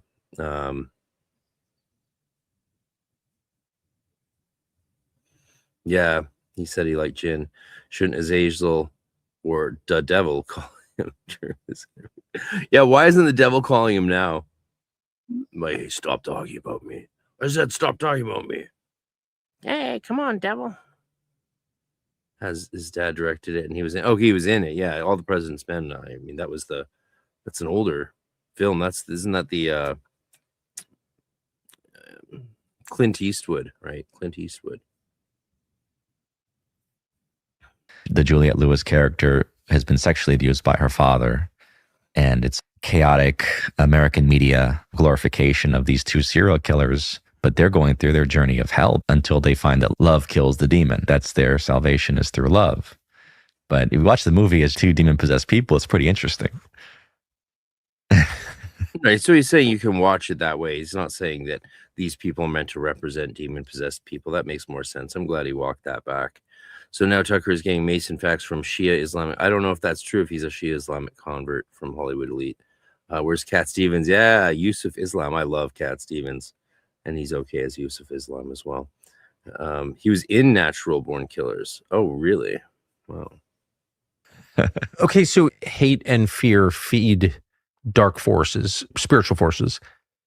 We hate things we find intolerable. Right. But if we hate the person, if we demonize the person, that's feeding the wanting darkness. to hurt other people, having malice toward others, and then fear, being terrorized. If those are both spiritual foods for demons, how should we understand our government's effort over many years to make us terrified and hateful? Like media and government working hand in hand. Those are the messages. There's someone you need to be afraid of and someone you should hate, be required to hate. Think about the nature of the Masonic lodges. There's the Red Lodge and the Blue Lodge. There's the Blue Lodge, the Scottish Rite is the Red Lodge. And so think about the Bloods and Crips, the Democrats and the Republicans. Also the Bloods and the Crips, red and the blue. Blood and the Crips. So like this whole idea of, but people articulate as two wings of the same bird, ultimately. It's like both are there to govern your mentality, govern your mind. So it's, do we want more laissez-faire? Republicans are supposed to be more libertarian, more constitutional, more like, but they tend to just end up spending as much as the blue team. Both are dependent on the same Federal Reserve system, right? So you could say we've been captured by this debt slave Federal Reserve system since 1913, which is right around the time that the income tax came in, which totally unconstitutional. And then also the First World War begins. And all right, he's getting boring, so let's have some fun and mix it up. Let's check out the apparition video from Bob Freeman. See, I've never tried it to do a thing this way before, but no. Window, there we go.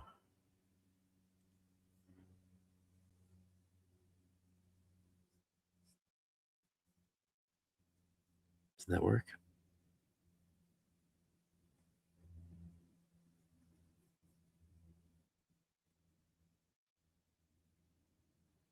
All right, I'm going to take this off the screen. Let's see if you can.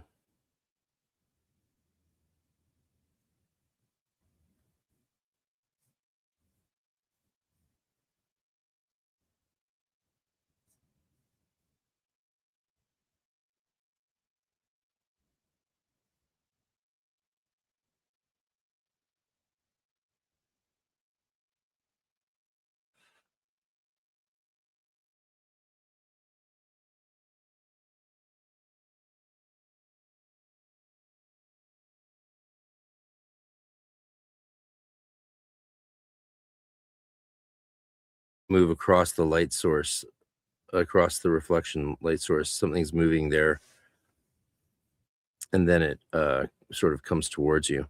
That's what's visible. It's not a long video. Woohoo. But that's it. You can wind that back.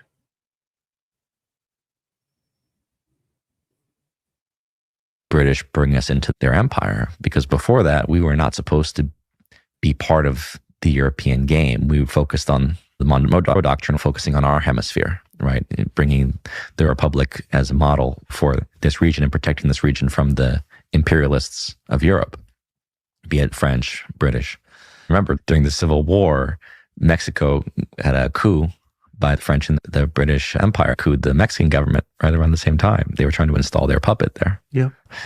Didn't work out. But Mexico, then again, there's all kinds of puppeteering that goes on, as we know, through the different forces financially. So that's really, I think, the key is like America wanting to be a republic independent of the European empires. With the First World War, Wilson made a huge decision, which I think was a huge blunder, committing us to that war. We should have been an arbiter. We should have said, we're not in favor of either empire. We're going to arbitrate a peace deal, and should have stayed neutral, but we didn't. We committed ourselves to the British Empire, and with the Versailles Treaty, Hurt so many people. the Second World War followed, and you can get into the whole history of the financiers behind Hitler and his rise to power. And so it was like, we're going to play Germany against the Soviets, who also got financial support from us. So it became a financier's game. And that's why I say the power behind the scenes to me is the financial empire. All right, this might play this version better. Like this. I think this way I can make it full screen. There you go.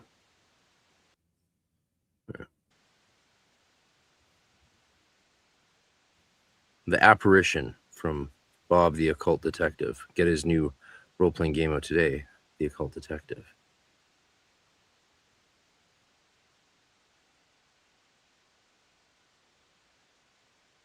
And then you see it moving toward the camera. Yeah, you might have to watch it slightly better quality on Bob's channel, but there you, yeah. And then it's just moving straight towards the camera.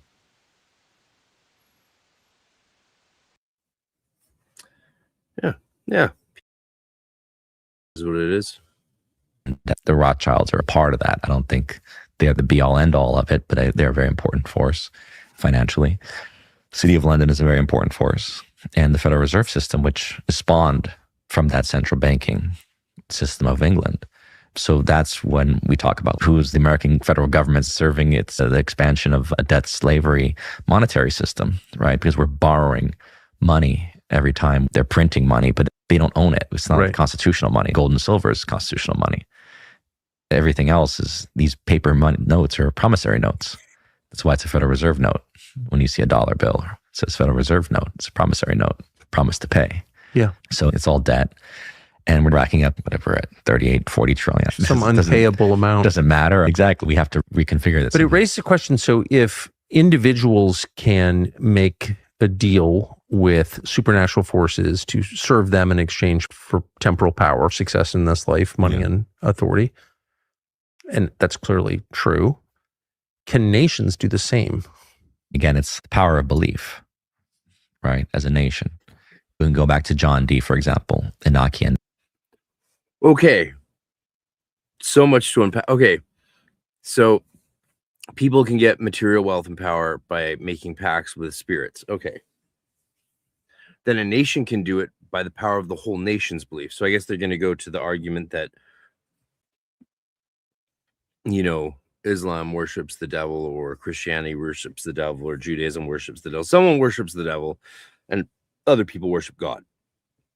And that you do that by making the pacts with demons. Well, if you believe that was true, why wouldn't you just get God to help you with that? And the angels, like there's angels and spirits of wealth and power and success. So many. We have lots of books. They should be reading Gallery of Magic for some good beginner half-baked drivel that they could then sink their teeth into and then they don't have to give away their souls to demons or other weird mischievous spirits. Spirits can be tricksters, right? Like they may just being fucked with by many things. But also then we go to John D. This is where it gets good.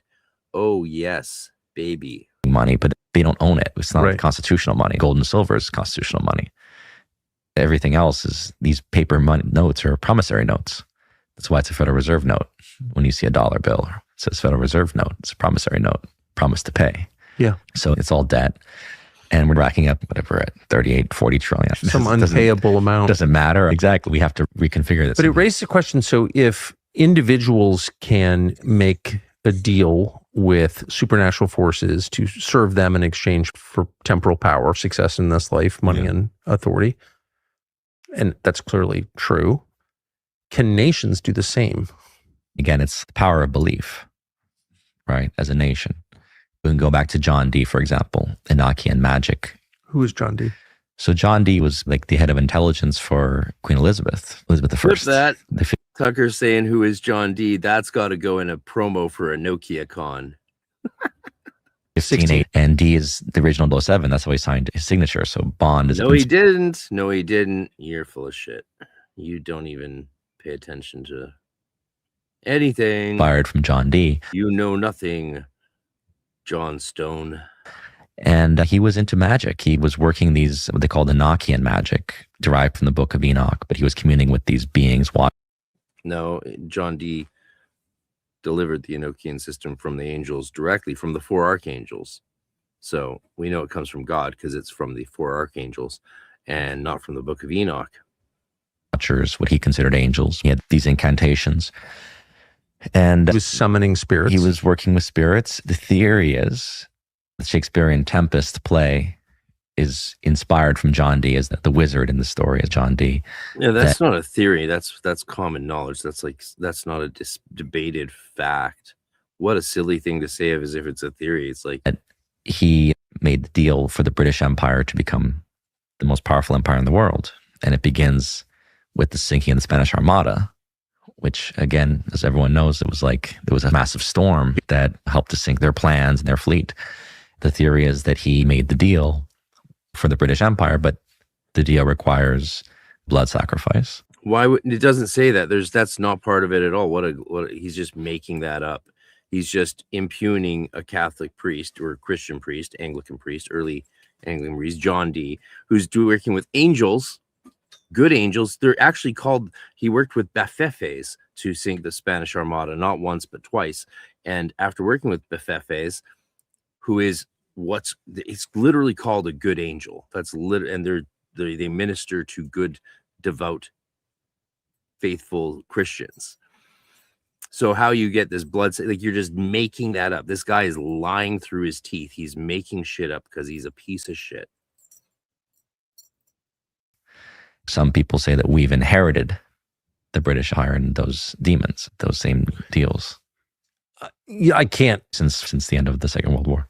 Here you have this island nation with a pretty small population take over the entire world, the largest empire, but certainly a vast empire. How'd they do that?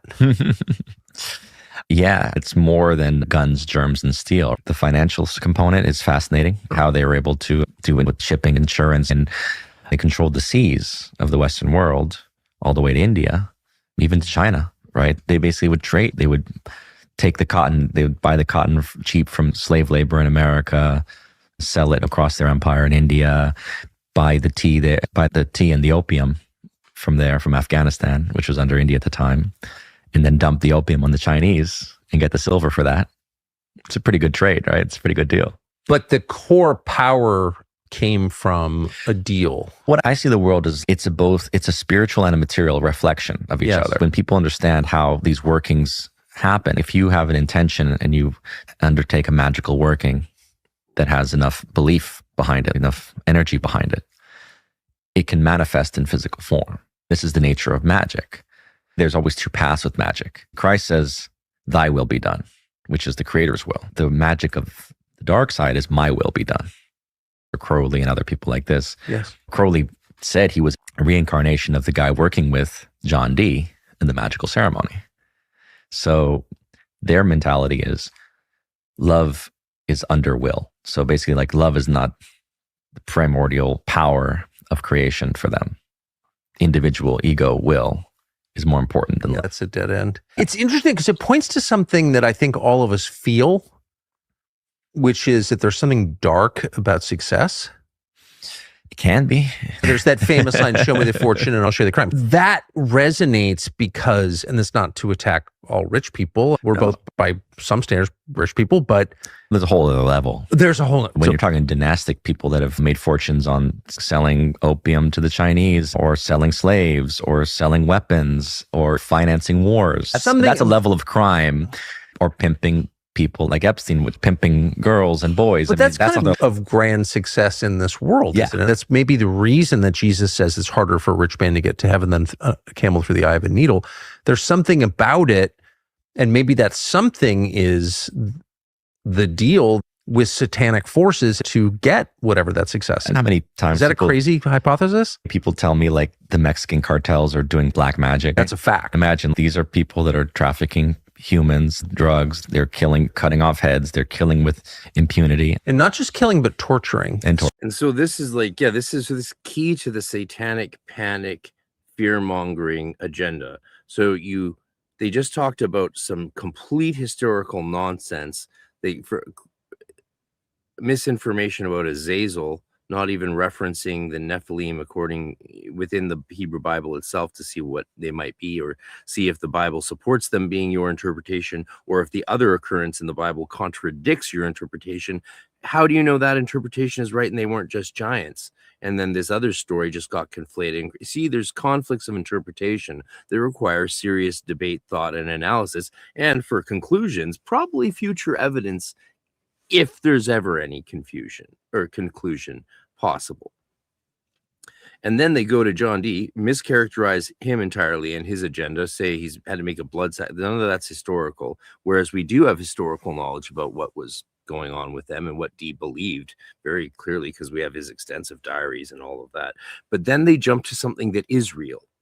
They jump to the cartels doing sacrifices, magic, and you're meant to think, oh, well, since I know that is true, that the other stuff they said must be true as well. And that's how they trick you into conflating these things together, and they sneak in credibility surreptitiously. So that, to me, is always a sign that there's something religious going on. So you torture others for one of two reasons, either to elicit information. Which, unfortunately, as we know, is not necessarily accurate information. No, it's not. It's not. But okay, but as a motive, Yeah. or you're doing it for its own sake because there's something about human suffering that brings you power. And that's And when pleasure, we touch, and pleasure, which is another and maybe adrenochrome. certain When we cases. are bumping up against the supernatural realm, because why would you, if you're going to kill somebody, why would you torture him first? But they always do. But see, I would posit it more that when are we not in the supernatural? I think that's the shift in consciousness that is required. The Great Awakening is that people have talked about, especially since COVID, is Oh no, we're having one. we are always under the eyes, like we are always living a supernatural experience.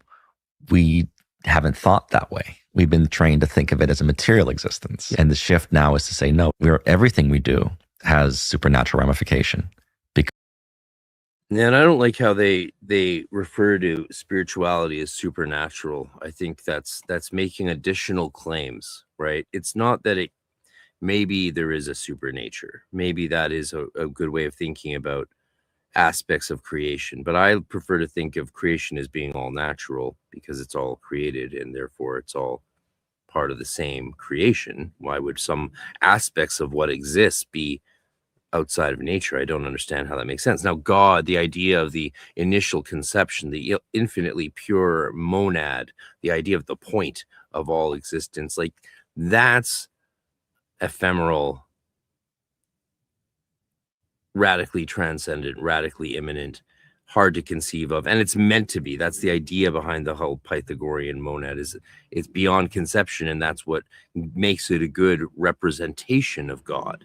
And then we have the physical sun and planets to give us more manifest examples of the magnitude of creation, of God through creation, the magnitude of what is invisible through what is visible. But the idea of then segmenting nature into components that are natural and supernatural, it just doesn't make sense logically to me, let alone metaphysically. Okay, I'm going to take just 2 minutes to run to the restroom. I've found the sponsor for our show today, which is being brought to us by 2-for-1 Adrenochrome. And we will play that sponsorship ad towards the end. Appreciate any support you guys can show me along the way. But I'll be right back after these messages about my upcoming event in Austin, Texas, and the groovy song, original music I recorded, Delta D Blues, just for this promo this year. So enjoy my buddy Jesse on steel guitar and me on vocals.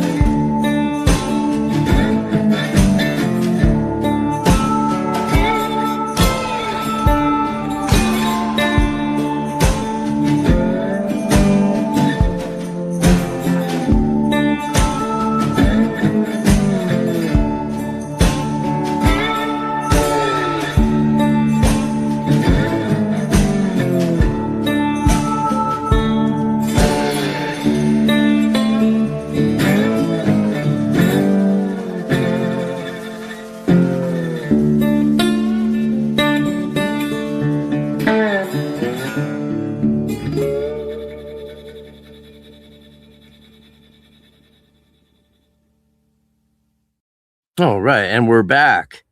Well, while I was gone, I had to get the door. This arrived. I'm gonna have my buddy Lenny Flatley, who's he's gonna be lecturing at EnochiaCon on some of the more psychedelic aspects of spirituality, and this is his new book. I was actually a review reader for the book, but I didn't get through it, so I didn't get my name with a quote on the back or inside it, like others, like Jason did and stuff. But I'm still gonna have him on. Bought his book to support his work, and you should go check this out. His exploration of Leary, Timothy Leary's inclusion of the tarot cards is something Jason Louv noted on his interview with Lenny. And so, Lenny, I haven't forgotten about your brother. I know we're keep emailing. We're gonna have you on any day now to talk about your wonderful, wonderful, wonderful new book. Yes, yes, yes. Very exciting. Okay, what did I miss? Brian says, I'd worry more about the cartels, human trafficking than Santeria or native beliefs. Yeah, it's just like the spiritual practices are a part of it. I mean, it is interesting, right, that cartel and criminals use magic. I mean, if you had said that when we were young, told us that in the night, no one would have believed that. In my age, no one would have believed that. They'd be like, oh, I think that's just your like Not everyone's into your Wiccan stuff. Hey, that's what they would have said. We're not all into the weird, spooky magic stuff. Alexa Namata says, thanks, Frater RC, for unraveling the nonsense and sharing some clarity on this. You're welcome. I hope it's helpful. I mean, yeah, I feel like there's funner things we could do, but you all, of course, contribute and make this an exciting experience. And we can always talk about good things along the way as we dispel the dog-faced demons from our door. Leveraging the faith of well-meaning Christians toward political ends is as cynical as it gets. Yeah, Bob Dole, that is what you see going on here for sure. And Michael says, cult, LOL, I'm cold. I don't know what that means, but thanks for the comment. Seems par for course. Look at Olstein. Olstein? Do you mean Epstein? I don't know. Because it's always choice between serving higher self, let's call it, and serving ego. That's the eternal battle. Every choice we make. And that's so ridiculous. The ego is the higher self in Rudolf Steiner's Hermetic Rosicrucian anthroposophy.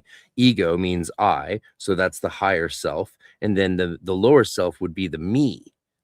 So it depends what frameworks you're working within, right? How we use these terms matters. How we define them matters. They're not universal terms that have one ultimate meaning that you either agree with or disagree with. Brian says, that was my point of the werewolf doc. The public was told the killings were their fault as sinners not praying and going to church enough. Right. Got to fill the coffers in a crisis. Yeah, exactly. Joe Olstein. Do I know Joel Olstein? I don't think I know who that is. All decisions, big decisions, it all counts. And obviously small decisions probably won't have the greater impact that a bigger decision will. But if we can shift our consciousness to start realizing how I behave at every moment, is it aligned with my higher version of self or not? If we want to shift into a better reality, then that falls upon us to say, am I listening to my heart? Am I listening to intuition? Am I being moral and good in this moment? None of us are perfect, but the whole point of the Christ model is it's a model for us. Listen to the words, try to imitate the Christ, and I think we would have a much healthier reality. I mean, that's fair enough. Sorry, I'm getting Facebook messages from Mark Stavish and Eric V. Cisco. What are you guys asking me? What's everyone? It's always when I get on stream that these guys want to dialogue. Jump on stream, boys. I don't know. I wish I had a Freemason on stream with me right now to help debunk this and talk with, but couldn't get anyone roped in last minute. If anyone in the chat thinks they would be a worthy co-host for this episode, just let me know if you have the abilities and tech set up to jump right in. I might give you a shot and we could try out having a co-presenter today, because that would be fun. Jesus is really clear that every word you utter will be used to judge you. Every word matters. Exactly. Well, I mean, Jesus, correct me if I'm wrong, I think he was into something called, start with an F,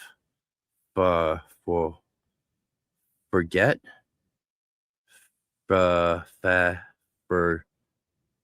is it forgiveness? I think he was into forgiveness, right? I mean, there's certainly room for the Christ the Judge character, but that takes place later on in the Christian story, as it were. And Jesus didn't come to say, I mean, there's passages that conflict, right? Which is why you can use the New Testament or the Hebrew Bible to construct any theology you want. If you hire someone in my training, you could tell us exactly what you want your religion or church to believe, and we could construct you that entire belief system theologically using the Bible. Whatever you want, any belief system you want could be constructed, through hermeneutics and exegesis, the way we interpret and interpret the Bible. The mega church preacher. I mean, I've got a soft spot for the whole righteous gemstone universe and like the world that comes out of, I went to Missouri when I was 9 and got to go to a mega church. That was interesting. Joel Osteen. Oh, the prosperity gospel. Of course. That's how I know it. Yeah. It practically has more in common with Crowley's true will than any other evangelical. That's such a good observation. Well, also like that's new thought, right? So this is the thing, that's new thought, Kabbalion stuff. And that's actually the same kind of church and preacher that Trump grew up with. See, we mentioned the big name that everyone's like, oh, are you going to talk about Trump? No, who cares? But Trump did go to a church and a pastor that was new thought. And so he really, when he talks about like believing everyone can sort of have it all or have a lot, I think, yeah, that's something he does believe. He really does believe that everyone could just, that there's this potential for everyone. And that's a very new thought spirituality thing that he's got going in his version of Christianity. Is actually just, a lot of people are like, oh, Trump's not a Christian. Hey, his version of Christianity is just as valid as anyone else's. I'm sorry. You want to pretend like the Orthobros or the Catholics have some sort of sacred higher form of Christianity. It doesn't check out. I went to seminary. I did all my life's education to see if that was the case, and it doesn't hold up to scrutiny. Yeah. Yeah, construction workers found cash stashed in the church walls. I'm not surprised. Yeah. Surprising those transfers. It's all life force. It begins with Yes. thought. That's why even the Buddhists, the ancient religions, right? Work on your thoughts to correct your speech, to change your actions. So it'll build. In that passage where he says the evil heart produces evil actions. That brings us to the United States, which is the heir to the British Empire. If the British Empire was the product of this deal that John Dee made to bring the Tempest to destroy the Spanish Armada, launch Britain into control of the West, that control ends in 1945 with the dropping of the atom bombs. So where does that put the United States government? We've been subsumed by the New World Order ideology. The New World Order ideology came out of the British Empire. It wasn't a conspiracy theory. It was their own language. I went back when I was doing my history thesis at college. I was reading some of the minutes of these conferences. They kept saying New World Order. They wanted to continue the empire in a more informal way because they realized the empire was getting off flack. They couldn't sustain it militarily. They didn't have the manpower. They wanted to bring America. There's no such thing as the New World Order. If there was such thing as the New World Order, we would probably see some politician mention it from time to time, right? Like someone would actually talk about it. For the New World Order. Oh, there. Okay, so maybe we'll listen to what he has to say about the New World Order. Cecil Rhodes, who was the great imperialist of South Africa, Rhodesia, getting the diamond mines set up and the gold mines. And his benefactor was Lord Rothschild. And Rhodes was in his will saying, we want to reclaim the Holy Lands and we want to bring America back basically within the empire. That was the agenda from the end of the 19th century. The bringing America to be like the military he hasn't even read of the Western financial system that takes place between World War I and World War II. We then take over for the British Empire, all of its former colonies and the French colonies, including Vietnam. Why do we end up in Vietnam War? It's a French colony, Indochina. Why do we take on Turkey and Greece to defend against the Soviets? That's all the British imperial realm. The Middle East, they had gin. Oh, shit. Oh, man. I skipped back by accident. Where were we? 20, 30 minutes in? Frater GR, yeah. New World Order is a common phrase in politics for even longer than that. I think before George Bush Sr. I think it's just been I was hyping it and memeing it partly in humor, but it is funny how they're using it, right? And they know it's loaded. And that's the question. Why are you using this when you know this means something very different to different people?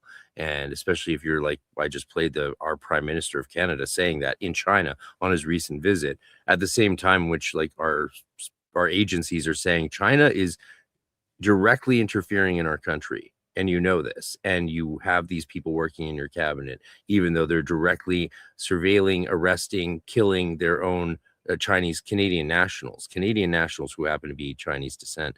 They just did bomb threats in Vancouver, just down the street from me, where they filmed the new Highlander big fight for the end of the new Highlander movie down at the Queen Elizabeth. and they just did a bomb threat to try and stop the Shenzhen, New York Chinese cultural dance company that's part of Phelan Dafa stuff. So Vancouver went ahead with it anyway, but Toronto decided not to do it and bowed the knee. And the Gmail account these bomb threats came from is the same one that's done tons across Canada and is linked to the Chinese government, right? So like they're making deals with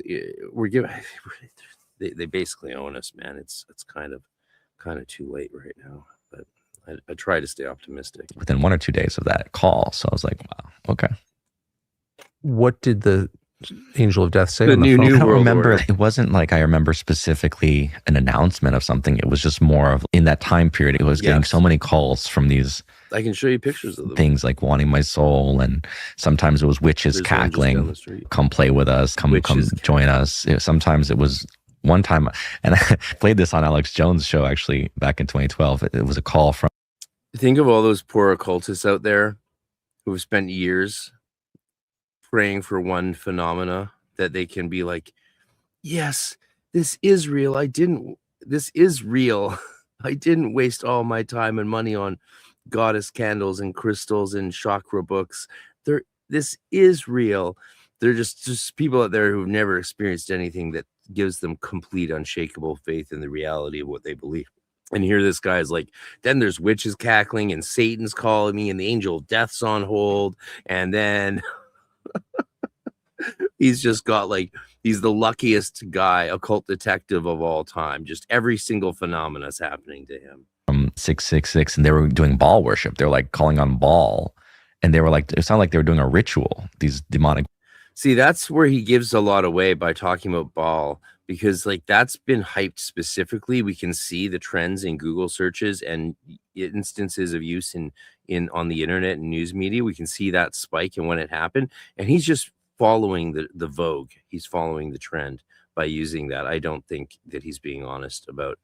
Yeah, Voices are like Baal, la la. They're doing a ritual on the phone call. It was almost like they were trying. And they're using Baal because Baal is Hebrew word for master. Baal Shem Tov was a great Hebrew Kabbalist leader. Baal Shem Tov is a holy figure. So they want to do Baal because and sure, does the word master, Baal in Hebrew, come from the god Baal? Of course, linguistically, that's how that word developed, and it goes back further than that. Just get a dictionary and look up these words, and all of a sudden things start to make a bit more sense. Like engage my energy for what they were doing.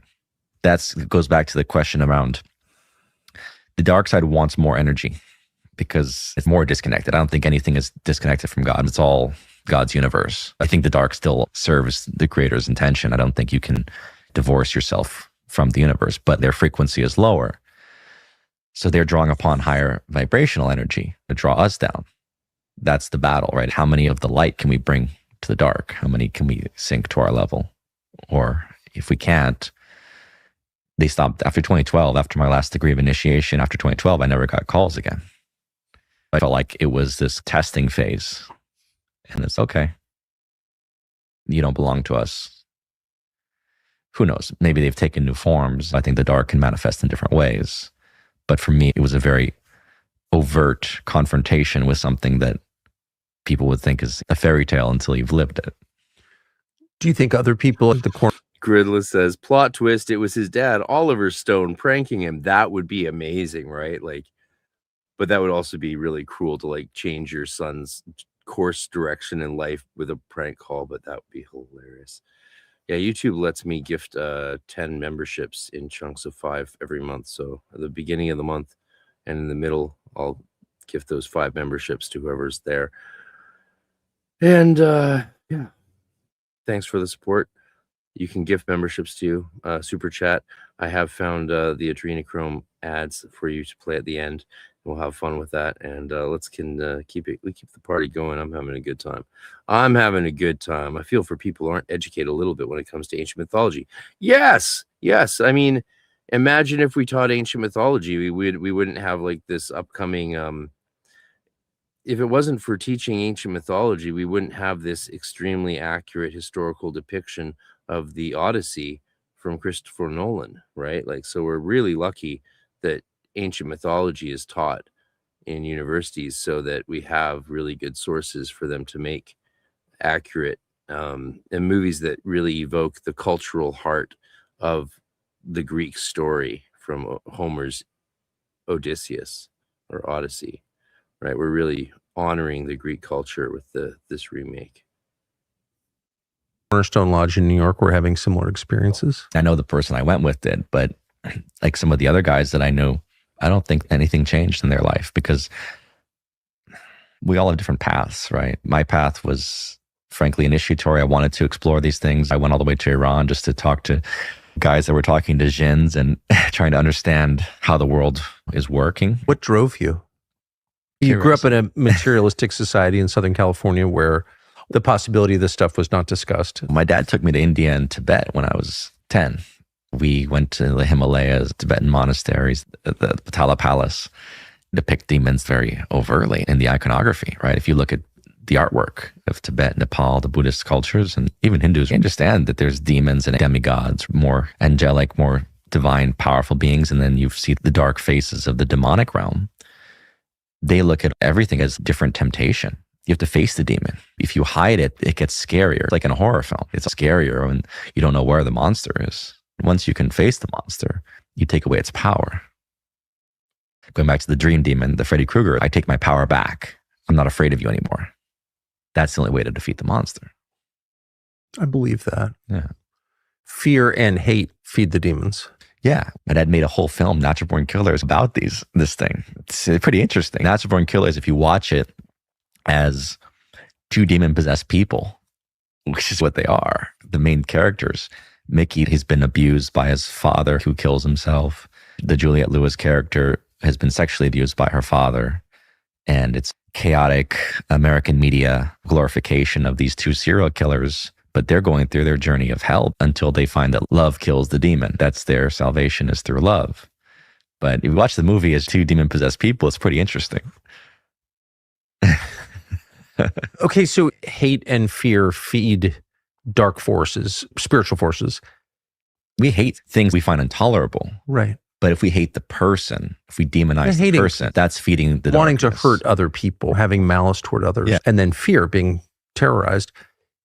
If those are both spiritual foods for demons, how should we understand our government's effort over many years to make us terrified and hateful? Like Yes. media and government working hand in hand. Those are the Yeah. messages. There's someone you need to be afraid of and someone you should hate, be required to hate. Think about the nature of the Masonic lodges. There's the Red Lodge and the Blue Lodge. There's the Blue Lodge, the Scottish Rite is the Red Lodge. And so think about the Bloods and Crips, the Democrats and the Republicans. Also the Bloods and the Crips, red and, the blue. Blood and the Crips. So like this whole idea of, but people articulate as two wings of the same bird. I mean, the ancients, depends what you mean by ancients. So we're going to hold this guy to account for details. Maybe we should hold ourselves. So ancients who?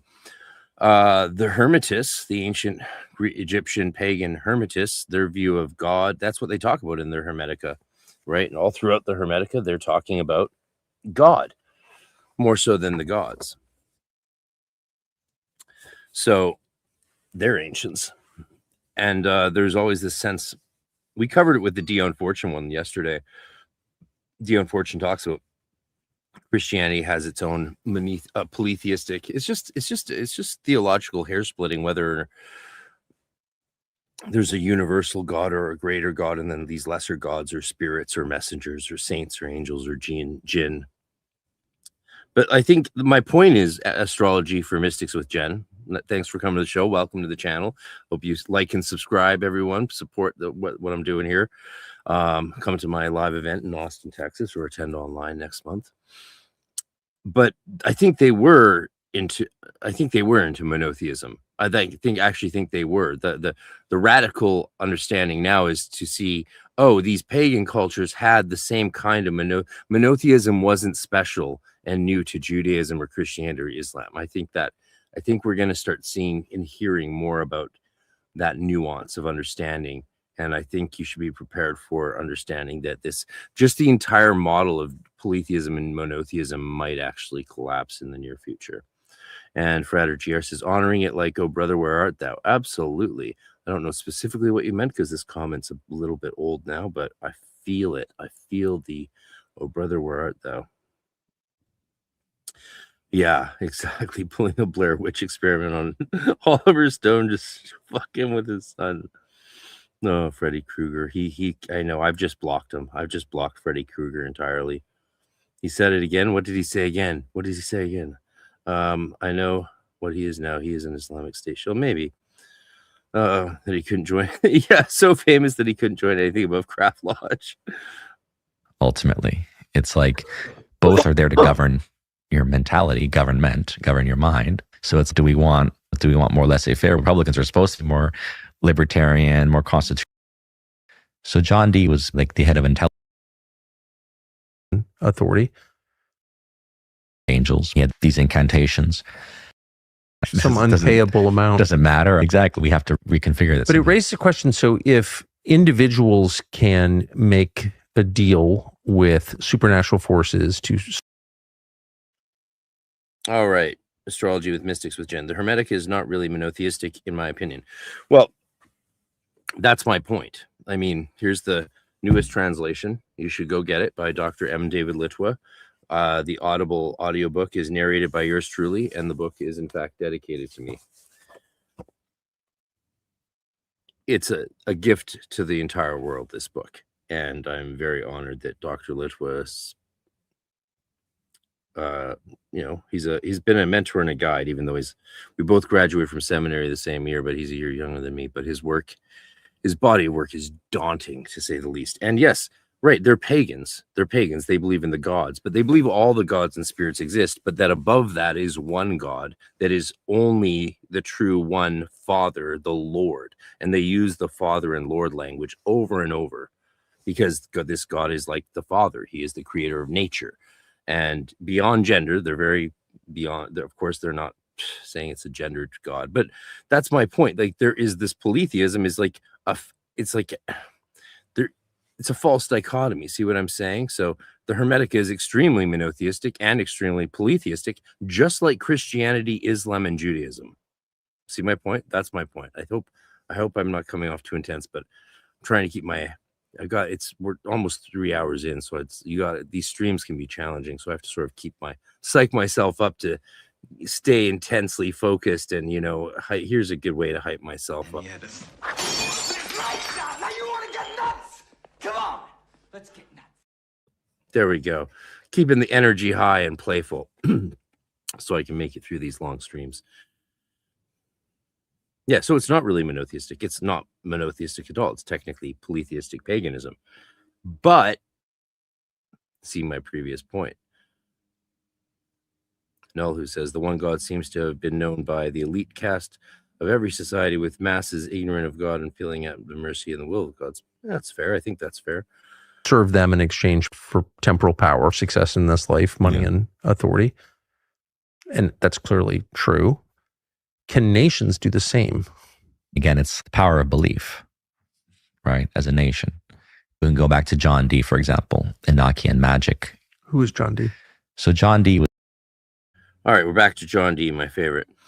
Zora, like monotheism, well, Zoroastrianism is a dualism, right? So that it believes in two powers. You could call it from one perspective monotheistic, but from another, it's not. Again, it depends on how you interpret or what your criteria are for God. See what I'm saying? Yeah. You've read Dr. Litwa's new translation that just came out? That's amazing.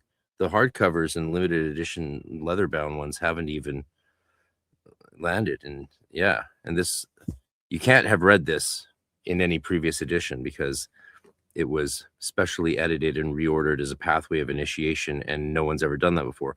Also, not any of the other translations translate the word nous correctly. So the word nous could mean lower rational cognition or higher consciousness. Dr. Litwa's new translation is the first translation that differentiates between the usage and meaning of the word nous. So any previous translation, you don't actually know what nous is referring to when you come upon it in the text. It could mean cognition or higher consciousness, but the previous translators didn't differentiate. And so this is really that's why it's called the definitive edition. And thanks, Doc, for letting me do the audiobook. the Hermetica. Hermetica, not Hermetica. It comes from the word Hermes, like the word hermeneutic comes from the word Hermes, whereas hermit comes from the word eremitus, of the desert. Eremita. I mean, Moses didn't democratize the monad because Moses is a mythological figure who never actually existed. There are gods, but one God ruled. Exactly. See, that's all we're saying. That's all we're saying. Yeah.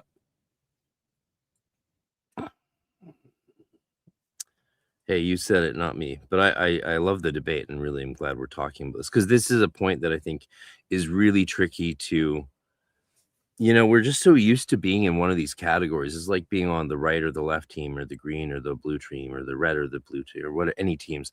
We're just so used to the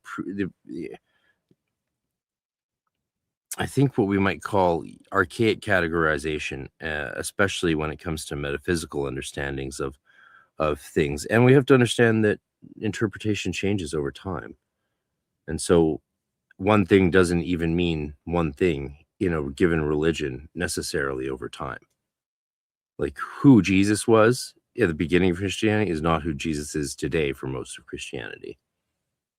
Today, for most of Christianity, you have a personal relationship with Jesus Christ. Early Christianity, you had a communal relationship with Jesus Christ. Completely different worldview and religious structure. And yet today, modern Christians couldn't even fathom what it means to have your relationship with Jesus not be a direct personal one. But that was what it was originally in Christian communities.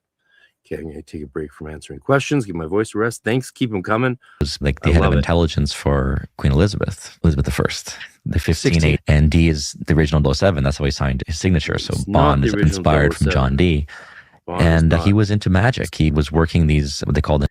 Ian Fleming's friend told Ian Fleming that John D was like the original Bond, his original Bond character, because, yeah, but there was no 007 signature code word in that D used. Enochian magic derived from the Book of Enoch, but he was communing with. Okay, we already saw this, so we're going to. The ancient religions, right? Work on your. Again, the French and British carved up the Middle East. All these countries are rules. Wait, look, I just learned. There's also the inverted pentagram, which is used. Again, the French and British carved up the Middle East. All these countries are creations of the British and the French. We inherit the empire and basically ally with this idea of the world game. Russia had been the enemy of the British. They became our enemy.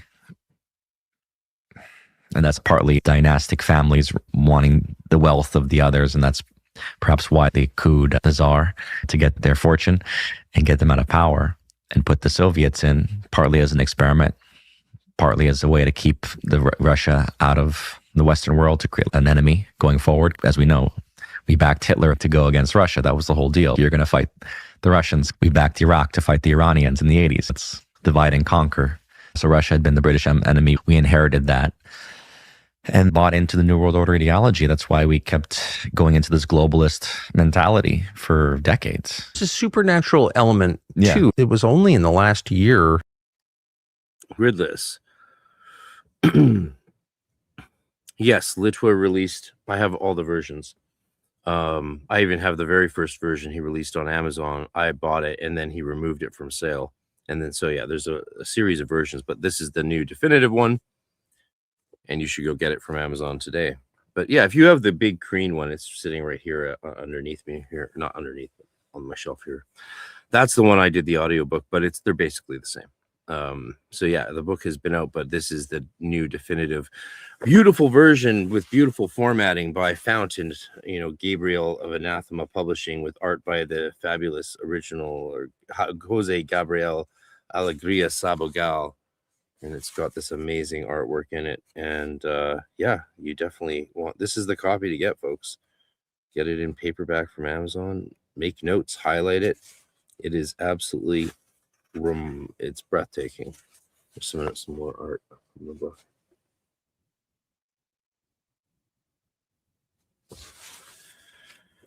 Anyway.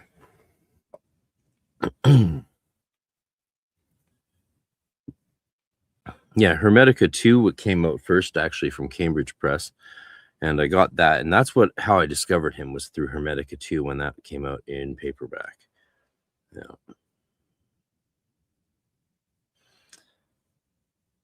And then, I get the audiobook done for the Hermetica one. Was it last year? Yeah, it was last winter. I did it last February, March. Please listen to it. It's very good. You're going to like it very much. He said it was the best audiobook of anyone he'd ever hired. Well, or who had done an audiobook for him. And apparently I didn't make many mistakes at all. So there we go. I put my whole heart and soul into it. After a lifetime of living next to it, that I realized the Pentagon is in the shape of a pentagram. Yes. Why, of all potential architectural designs, would you put your headquarter, your military, in a pentagram? Again, the stars that soldiers wear.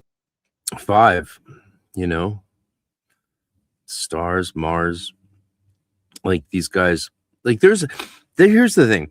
There's actually history written about that. Like, people have studied that and written about why the Pentagon was done that way and all the symbolism behind it. These guys are acting like, oh, it's some sort of mystery. It must be demonic, occult, witchcraft, pedophilia. But it's like, or your country was founded by Freemasons who studied the mysteries of culture and world religion in general. Where if you've seen movies like the Pentagram, is a very common image for protection. There's an invocation of protection through it.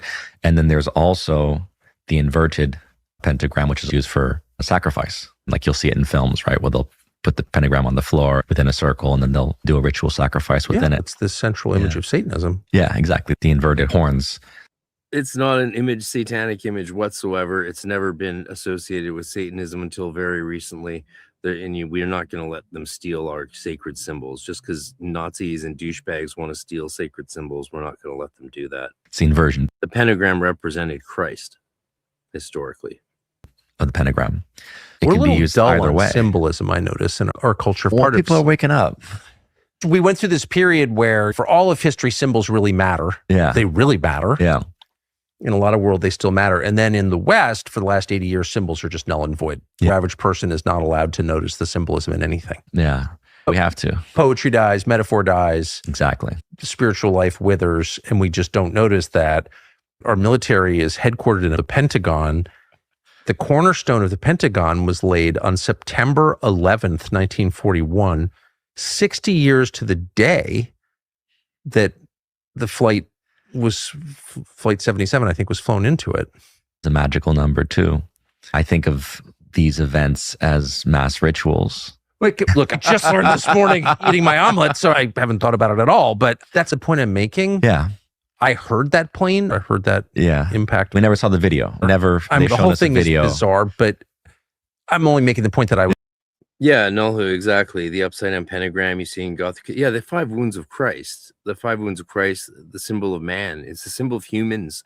It's the symbol of Adam Kadmon. It's Da Vinci, the Vitruvian man. Like, the humans have always had this symbol for a very long time. It's been around a while, not for forever, but for a long time. And it represents us because we stretch out and lie down and we look like a 5-pointed star. That's what our bodies look like. And then Christianity came along and was like, oh, it's the 5 wounds of Christ. And that's okay. They're allowed to do that.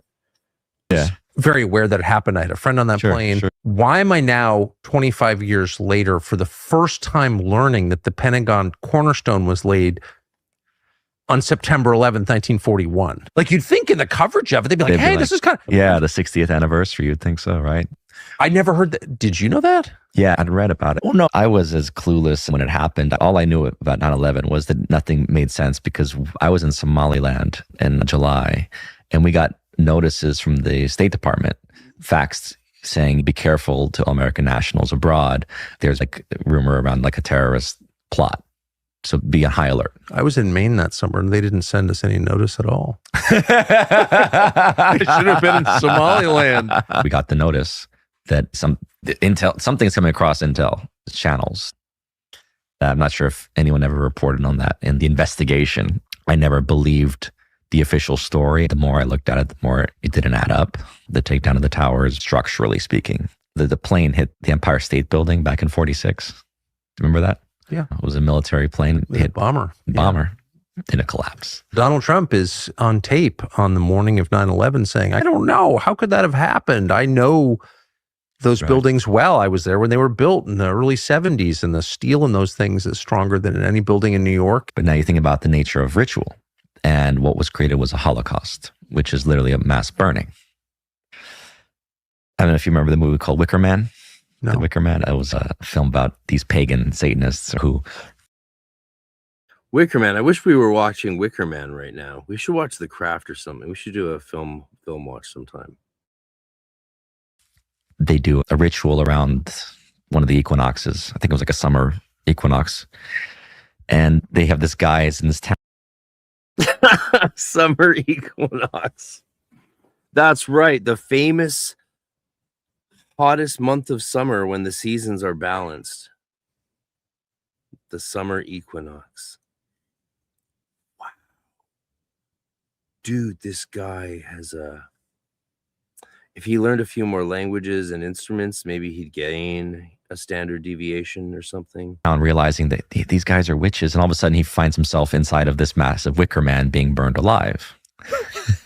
And it's played out every summer in a festival called Burning Man. Yeah. Here in Nevada, right in the desert, the Burning Man ritual. Oh, this guy's got a mushy the burning brain, of the man annually. These are ritual things that people partake in without understanding what they're giving their energy to. That's right. That's until the Second World War, it would have been obvious to every Western man that life revolves around ritual, and that ritual describes to us concepts that our brains are not capable of fully grasping. The communion in Christianity, there's a great debate over exactly what that is, but it's the center to the practice of the religion. And it doesn't make any sense from a scientific point of view. You're ingesting the flesh and blood of Jesus? Like what? But to Christians, again, it's the Holy Eucharist. And that makes sense to people because there's no other way to describe the things that are of this life that are that profound. But our understanding of how central ritual is to life has just been stripped from us completely. So we totally miss it. We don't even know that the Pentagon gets hit on the 60th anniversary of the beginning of its construction. That's so But it's the thing about the nature of, first of all, television. It's because of Jesus.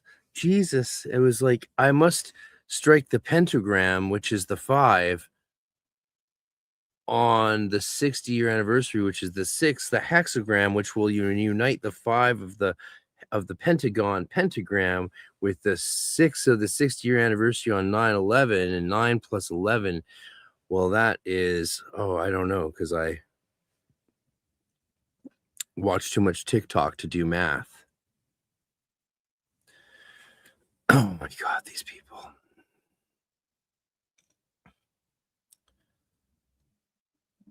You know, the 11 is the 5 plus 6, right? Get it? Yeah, 9/11 is the 5. So the Pentagon 5, the hexagram 60 years anniversary, the 6 hexagram on 9/11, 9 plus 11 is 21. Well, that's 3, but you know, I'm just fucking around. I'm just messing around. I'm making fun of them, and I'm showing you how silly it is. Has disrupted I hope you ritual don't mind. cycles, cycles of our energy. I hope of you don't mind. Just going down with the sunset, being around the hearth, telling Kisa, stories, for the listening to the donation. spirit, Much being more connected to the appreciated. spiritual world. Now, the spiritual world does come in through television. It's just not the way we Anything imagine can be it, but it's all satanic if you wear enough eyeliner. going into our psyche. And so the brain, it's processing and taking this information just as it would reality. So it's definitely affecting the way we interface with reality. And again, this goes back to what we talk about, the power of the magic of media. And people that are storytelling, some are practicing darkness, others are practicing light, and there's those that are just unaware, unconsciously perpetuating things. But there does seem to be something very dark in Hollywood. It's like a subversion. So did you sense Maybe it's all the fucking pedophiles. that? What I sense with Hollywood is there's definitely a Babylonian quality to it. There's debauchery. It's like, See, why do you have to keep that Babylonian word out your motherfucking face? Why do you have to bring the Babylonians into it? You got a bunch of pedos raping kids and drugging people and doing the casting couch thing, and you have to blame it on the Babylonians? Oh, the Babylonians. Yeah. Everyone knew Harvey Weinstein Yep. was a monster. Yeah. Not just He only did it because of the Babylonians. Enkidu was like, Harvey, go fuck some bitches. Otherwise, Marduk will change the course of the waters so that California has no waters and burns. with women. He was a monster with business. Of course. I knew him. Everyone knew that. But he was accepted. It's like the casting couch, just accepted. This is the way things are. I'm sure a lot of people knew what Epstein was. I never heard about him before 16, 17, 18, but I'm sure a lot of people around him knew, oh yeah, he's into this or he's into that, because people talk. But it's amazing how, unless you're part of those circles, you don't really know what's going on. And that's why to this day, people will say JFK, the assassination, they couldn't have kept the secret. I'm like, people in the know have talked, but you're not in the know because it hasn't been perpetuated through media.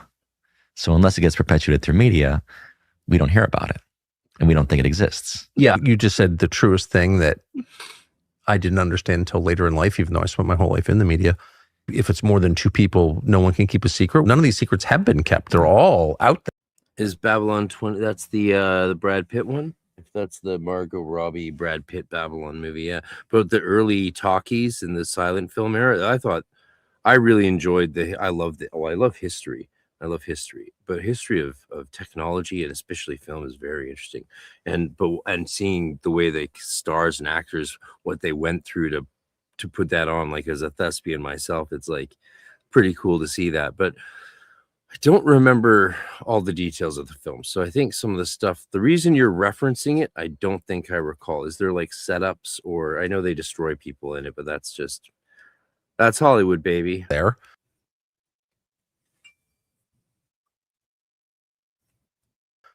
I've heard a lot of this stuff a million times. I discounted it. Not part of the prevailing story we were told, so I didn't think it was real. Not Cardi B, what's her name? One of these rappers came out talking about all this stuff in the Epstein. She said in the music industry, they're eating babies and drinking blood. Which rapper was it? Was it Cardi or was I don't know. It was every week a new rapper. Truth, but no one takes them seriously because they're rap. He doesn't even remember who it was, so he throws out someone's name, Cardi B. He's like, oh, I don't know if it's like this one famous person said. That's so crazy. Be like, yeah, Cardi B said this. So I don't know if it was her or someone else. It could have been anyone, but let's just say it was her. Like, dude, that's kind of irresponsible to do on a show. Do you know how many people whack jobs are going to be like contacting her now to be like, I really respected your work on WAP, but now I'm concerned about the satanic pedophiles. Can you tell me what you know? And she'll be like, what? What are you talking about? Yeah, exactly. Mariah Carey's sister. This guy's so irresponsible with the names of people in his life, because these people are all in the same club. Wild.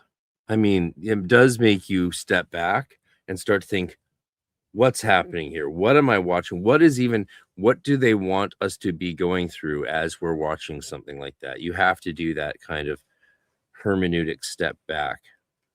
And we're doing it together, and that's cool.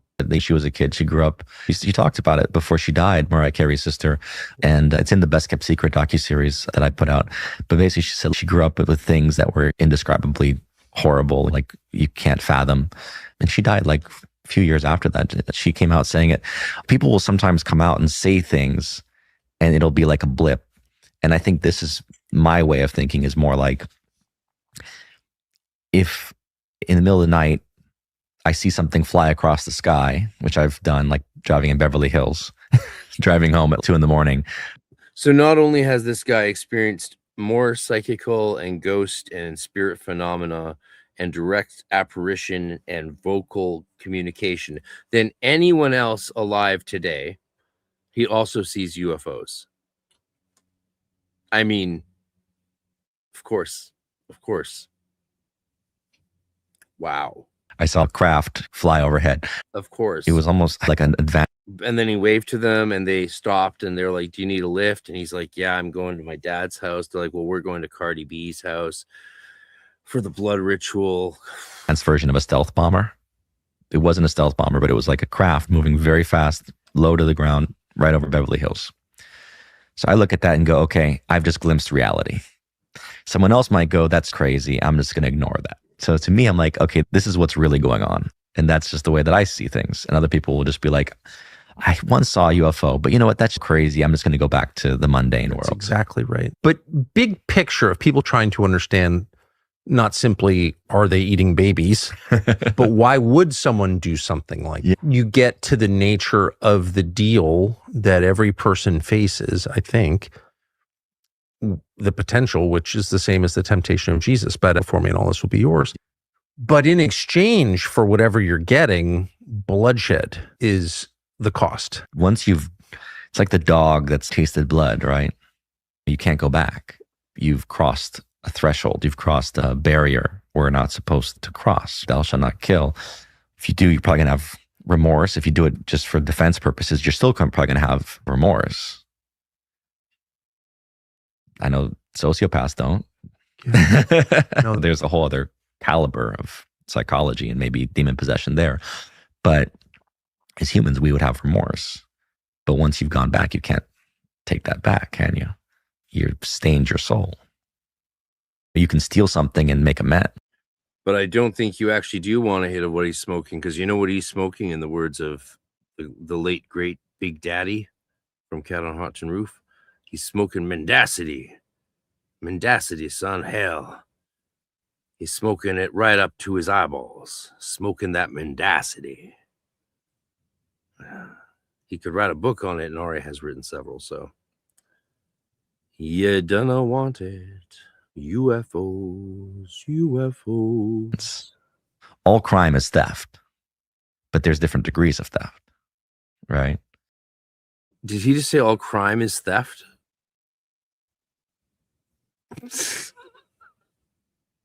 You can steal people's time, you can steal their energy, you can steal belongings, but if you steal life, how do you return that? There's no restitution. I'm extrapolating it to the scale of empire and trying to understand why empires commit themselves to war even when they don't get anything out of it. Getting out of it. I wonder, though, if the cost of staying on top isn't killing people just by its nature. Yeah. Different arguments. You go back to, what was the point of Vietnam? Vietnam film. Oh, we caught him. Did we catch him? Is he a fucking Scientologist?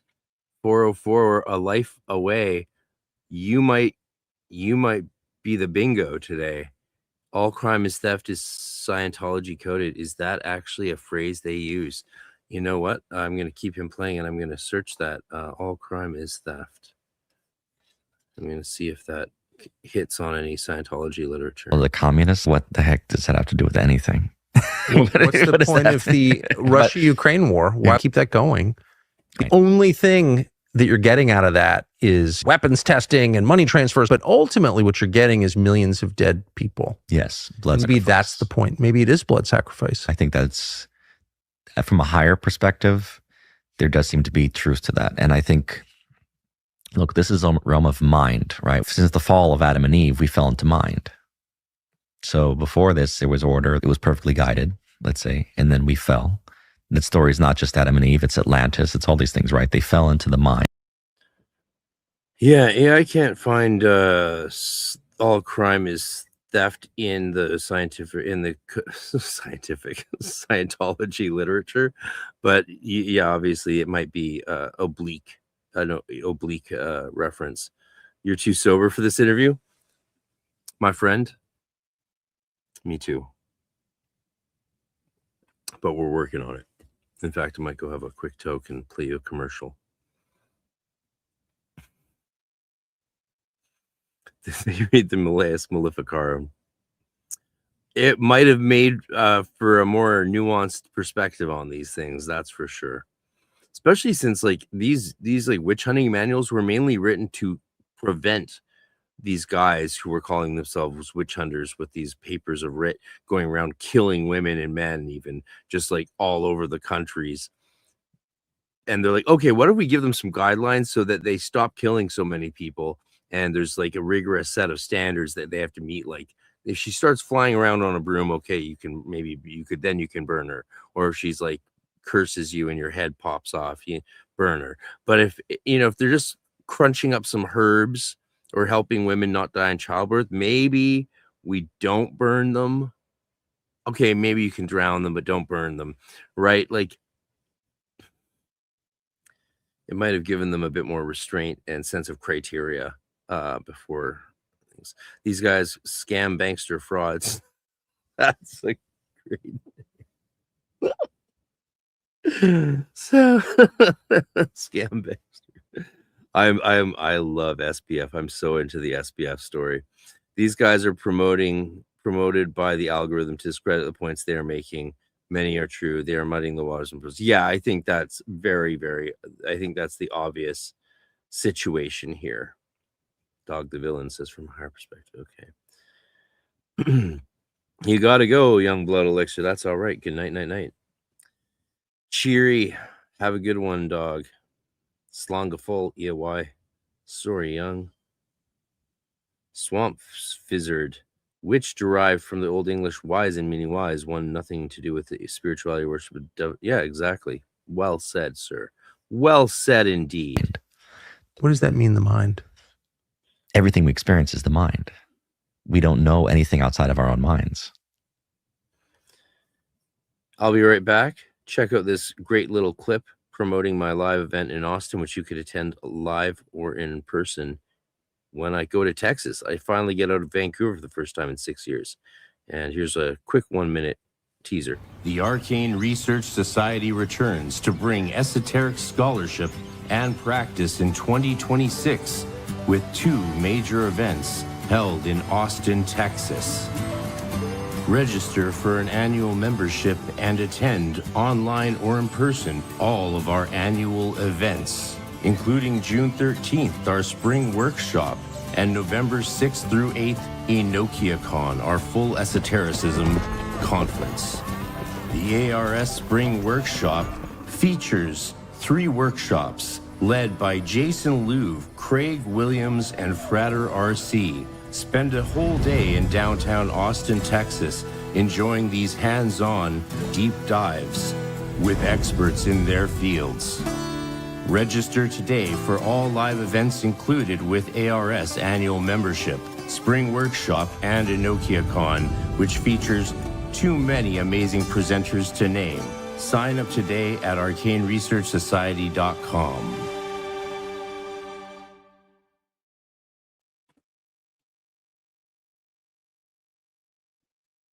We're back. Right? So before the fall, we existed. The Lord basically just had perfected and ordered everything. We didn't have choice. We didn't have free will. We didn't have mind. We didn't have anything to mirror. We saw ourselves for the first time. The mind is like a mirror. So yeah, I heard that. That was interesting, isn't it? He's like, oh, this is all in our head anyway. And Lon says that to mean the mind of God. That's what Lon Milo Duquette means. He told me that on the podcast to clarify, because many people keep debating. And I was like, let's settle it. And he did. The Kabbalion says that everything is mental, or all is mind as well. And that's how you know it's not Hermetic, because the Hermetica does not say all is mind. It says that there is a one Father God beyond the nous, beyond the mind, that is the pure and the good. The link is identical to the Platonic good, essentially. So, yeah, that's interesting. He's dropping all the right words and terms. Self-awareness. I am separate from you. If everything before that, it was just oneness, right? It was just you knew you. It's kind of like an angelic order. Let's say we're making assumptions here, but essentially, what we know is that with self-awareness comes the idea of separation, and so we are in a realm of mind where everything gets mirrored in some way. Every thought has to with manifest. Self-awareness separation. I believe that we're all from the same oneness, and I believe it's God's universe. So there's really nothing to be afraid of, right? Because we're all, if we choose, we can ascend higher, we can go back to the light. But they say the illusion of separation is just an illusion. If our ego feels separate, our ego feels, I'm me, this is my body, this is my name, this is what I've done. So that's why I say it's a battle between ego and higher self. Higher self is, no, we're just instruments of the creator. I can let go of ego now. I don't have to feel like anything belongs to me. Anything I do is not mine. Glory to the Creator. We're just instruments here. We're just playing our roles. Yes. Hopefully this is all for our evolution and understanding and recognizing, hopefully developing more empathy, more compassion, more love. That should be our goal on this planet. But yeah, the realm of mind has to go somewhere.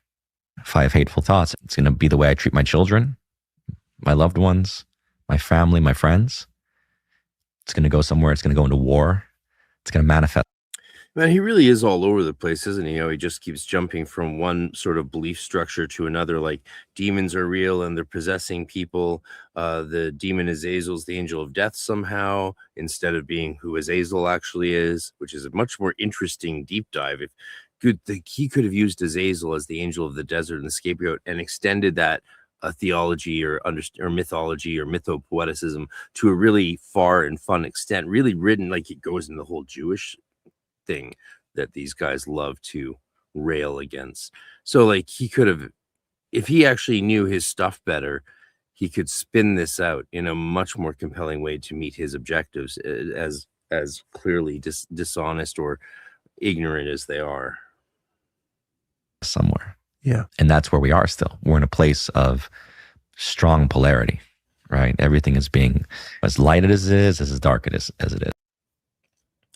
Yeah, so my understanding, that's interesting, God created both good and evil. Well, God, so my understanding in the Hermetica, again, this is what I'm into, is God is alone wholly good. Everything created has dirt in it, is the word used often. Like matter, dirt literally is in earth, like matter, like there's substance there. And therefore there's always a little bit that is unclean or even evil. And that's why the material world is, in a sense, evil. But the Hermetic is like, you got to be careful how you talk about that, because people are going to misunderstand it and then behave wrongly. And it's really fun. That's a really fun part of the Hermetica, actually. It really shows you to me, that represents more than anything, the nuance that would have developed in that alleged community of people in Alexandria, which, you know, some people argue these documents emerged in a different manner and not from an actual community. But I think it shows there's this maturation of thought within thought when they apply that kind of a nuance to good and evil. And you know, it's not the same as what was standard fare in Judaism or other interpretations of religion. They all have their own, right? All the different Gnosticisms, the different Christianities, the different Judaisms, right? The Essenes believe different things. It's so many, man. This is the first thing you realize if you do go to university. It's just like it's not one thing. It's so many different things. That's why you have to like specialize and be specific. Otherwise, what you're saying could mean be applied to anything and just becomes useless and nonsense. In this realm. So that energy has to go into war until we stop hating each other. Until then, we're going to have war. But bloodshed, war, violence, killing. If this guy's being honest, I would say he is a perennialist, but he's contradicting himself all over the place. By, you know, like if it's all mind, how are demons possessing people? How is a demon calling him? Well, it's all in his head. And if it's just in his head, then that's not the devil. That can't be Azazel. It's just his fantasy, right? Why doesn't he think, oh, I started fantasizing after my initiation? Because it's all in your mind. You know, again, I think he's not in good faith. I really don't think he's in good faith. Is the food that... Yeah, it starts with us. That's why I just say, like, the good news is they don't have any power unless we give it to them. If we give them power, if we give them attention, if we give them energy, if we feed them our fear, that's what Christ was saying. Let go of the fear. Just have faith.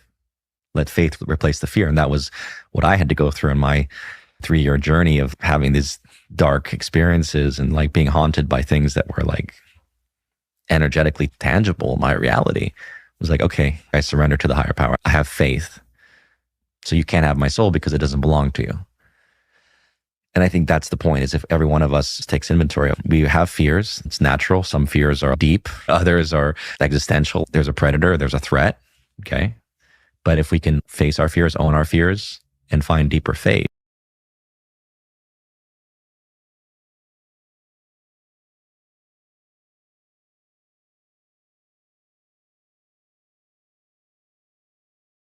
Oh, I missed some things here, and I'm sorry about that. The Malice is probably craziest, but yeah, old Irish text, Stephen King. It's a bunch of talk. Learned about the cross to Egyptian, Hebrew, Greek philosophy, and religious stuff. Well, crosstalk between Egyptian, Hebrew, and Greek philosophy. Cultural exchange. God created both good and evil. Sure. Better said, God created. God creates. God just creates. Though I don't know if God creates evil, but God creates the circumstances in which evil can exist. Someone, Brian says, that comes from the trade and concurring. The Coptic texts are more Greek than Egyptian, but have Hebrew roots as well. Depends which text you're talking about. I don't know what text you're talking about.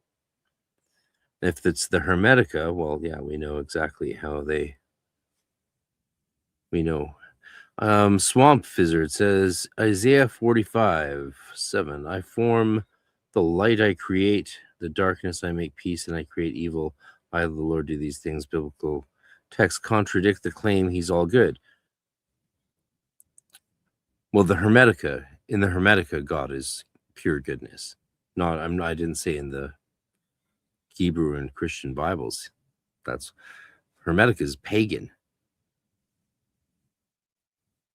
Different religions. Swamp says this Judaism, Christianity, blah blah blah blah. We're present along. That's why. Okay, yeah, exactly. Yeah, God is pure goodness. Hermes thrice great. Exactly. That's what the Hermetica says. Hey everyone, good to see you, man. Frater Parabolus in the house. Yeah, I like that 42. His starting point should be that he has to develop a soul in the first place. Snake oil salesman, eh? Evil is more like, yeah, I mean, these guys are, it's more, these guys are way beyond snake oil salesmen. What they're doing is like a whole other level, right? I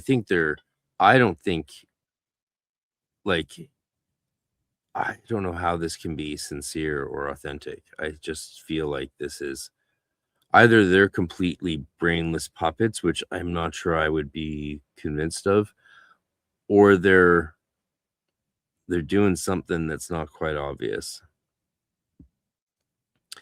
I like that, Null. Evil is more like fermentation that occurs out of the possibility for changing God's creation rather than God creating evil, in my view. We can dump into what the Hermetica says about evil later if you guys want. Well, I guess we've already been going well, but I don't know.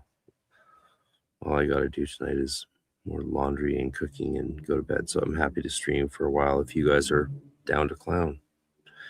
Swamp, pagan, derived from the Latin paganus, meaning it means of the land, right? A country dweller, villager, nothing to do with spiritual. Yeah, of course. It's they created the word pagan to refer to those people and demean them. Sink says, honestly, I prefer the Kabbalistic yesness to goodness because I feel like good is too laden with associations. Yes to every possible thing doesn't necessarily mean everything is good. Right. Well, you can't say yes to the pure. You can't, the pure good is outside of you. It's God, the monad. You don't get to experience that really. Not in this life. It's the same with the old heathen English, meaning heath dweller. Yes. I love that you guys are into etymology and language. So many people just loosely equate these things and be like, oh, these things sound similar, so they're from the same origin. No, like, it's really cool when you're actually into the actual development of words. That's something we can do on this channel, is really be into that. We will create a better reality because the dark will have less food. It's our choice. Does it feel like some social media are designed to inspire fear and hate? Of course. It's being perpetuated through people that are unconscious. While they're doing exactly that. That's exactly what they're doing. They're perpetuating fear and hate against people like me and probably you for a reason, intentionally. I don't think there's that many dark sorcerers in the world. I think there are a few. I think there are definitely some people that commune and know what they're doing. You've seen the sales stats on LHP books or black magic books compared to what people like me do? Oh, there's way more dark black witches and wizards and sorcerers than there is light ones. Way more. Every Anima Noira was my biggest episodes. And so was another guy along with Ray. Shout out Ray. Because of the content, which was this dark black magic demonology. Those were my top episodes. 10 times as many views generally, because it's on death magic, black magic, Satanism. That stuff is way bigger than everything else. These guys are out to lunch. Like ritualistically. But I think most people are just unconscious and they're just seeking worldly delight, worldly temptation, worldly power. Yes. They're just unconsciously not sure why, but they're like, that seems safe. I don't want to lose what I have. I want to maintain and preserve, but you can't. This world is ephemeral. It's passing. We know this. It's the way it's designed. We're supposed to be able to let go and commune with a higher power. And that's the greater energy. And that was what preserves you. That's when you get to that place of what the saints can glow and emit light, examples of what Christ is. This is what we're supposed to imitate, bring more light into the world. And if people are not there, but they're putting out these things, they're reflecting themselves. A lot of these, going back to Hollywood, a lot of these creators are just, that's the level that they're at. Their mind is full of perversion, negativity, angst, fear. So they're perpetuating that. They're not coming from a higher modality. They're not coming from a higher place. But they can only reflect what they are. Do you think it's more obvious in Hollywood than other places? London is a power center. Hollywood's a power center. New York's a power center. Every city is like a hub because there's so many more people there. There's so much more attention. But obviously Hollywood is this magnifier of consciousness. And so I think that wherever the consciousness goes, even collectively, you could say, Hollywood shifts accordingly. I don't think Hollywood itself is like they're sitting there going, this is the way it is. It's like their barometer of where consciousness is. It's almost like reflecting each other. They put out darkness. People want Anyone seen Cappy's Dead Man Switch? that. They feed into it. That's where the collective is. The Yes. collective wants to experience this. They want to go into darkness. They want to go into experience the darkness. When you get to a certain point, you wake up. You say, I'm tired of the nightmare. I think that's where we are. That's what the awakening means. It's like people saying, okay, enough of the nightmare. Let's change the story. People rejecting Hollywood accordingly and saying, yeah, unless you guys shift the narratives, we're not going to watch your content anymore. The more we shift, the more Hollywood will shift. It's a dance. Hollywood cannot survive without the audience. We collectively have to shift our consciousness and everything will change. I believe. I notice it with AI. Wow, you see what he did there? Does anyone else see what he did there? We have to shift our consciousness, then Hollywood will give us better stuff. Most people aren't really exactly sure what it's going to be, what the effects are going to be, but the only publicity about AI that's coming out of the developers of AI is negative and terrifying. There's been no real effort to explain how this is going to be great for us, and a lot of effort put into telling us this is going to end everything that we love, including human autonomy, our jobs, our economy. It'll basically be a slave state run by machines. That's what they're telling us. The people who are making it are telling us that. And so my instinct is they're trying to terrify us for some reason, and it may be because that feeds the dark spiritual powers that are creating it. Yeah, AI is both dark and light. It's like the internet. You can find the darkest things out there. You can find great information. You can find the books of the world. It's a question of where human consciousness will take it. Because this is God's universe, I have a more positive view of where this is going. Post 9/11, it was a dark, I could feel it before 9/11. I could feel war coming. War on terror was terror. It was about terrorizing everybody. It was a war of. All right. Spirit phenomena UFO sightings and now prophecy. He's a precog. He is the ultimate king of the indigo. Public, Terror. exactly. Yeah. It was terror for everybody. That era was like this shift in consciousness was a pretty dark phase. I think now we are almost like operating in different realities simultaneously, which is cool. And I feel more choose your adventure. What do you want to do with technology? What do you want to do with the world that you're in? And just trust that it's all like for our evolution as souls, to return, to be reminded of the light, to return to the light ultimately, to reascend. This is some deep level psyop. Does anyone else? Am I crazy? Hope in time. I think that's the goal, right? Is to return to a state of more closeness to God. But you have to be separated to want to go back. A lot of people are looking forward to going back right now. So we're told there's going to be some kind of disclosure about UAPs, UFOs by the federal government. What? So yeah, they're gonna like gather up all the pictures and shit that they've released over the years and like dust it off and put it into one bundle and be like, hey, you know that stuff that you forgot that we showed you over the last 60 years? Here you go. Look at it again. Are UFOs? I think we have reverse engineer technology. Roswell's a famous incident. Something did crash and there was a huge military response. Yeah, we should try an experiment like towards the end of this. We should imagine ourselves watching it like we're really stupid people and try and experience what our conclusion and how we should change or behave after that would be. Were we, special? And then the idea of a weather balloon, and then they changed the story twice. It was originally weather balloon, and then it was like some other thing. They had the guy that was there initially, I can't remember the name, he was a military intel guy. He took it back to like his family, like a piece of the metal, and it was like very strong, but at the same time, it was like you could. He will, my buddy who I played D&D with, other Jason, Oren, his new book, he'll be on Occult Rejects. We got him on Occult Rejects. His new book from Inner Traditions is on Keanu Reeves and demonology. It's going to be very, very exciting. I've read parts of it, or a lot of it, and I have to finish reading it. And then so Keanu will save us through the wonderful book by Oren Ben Yosef.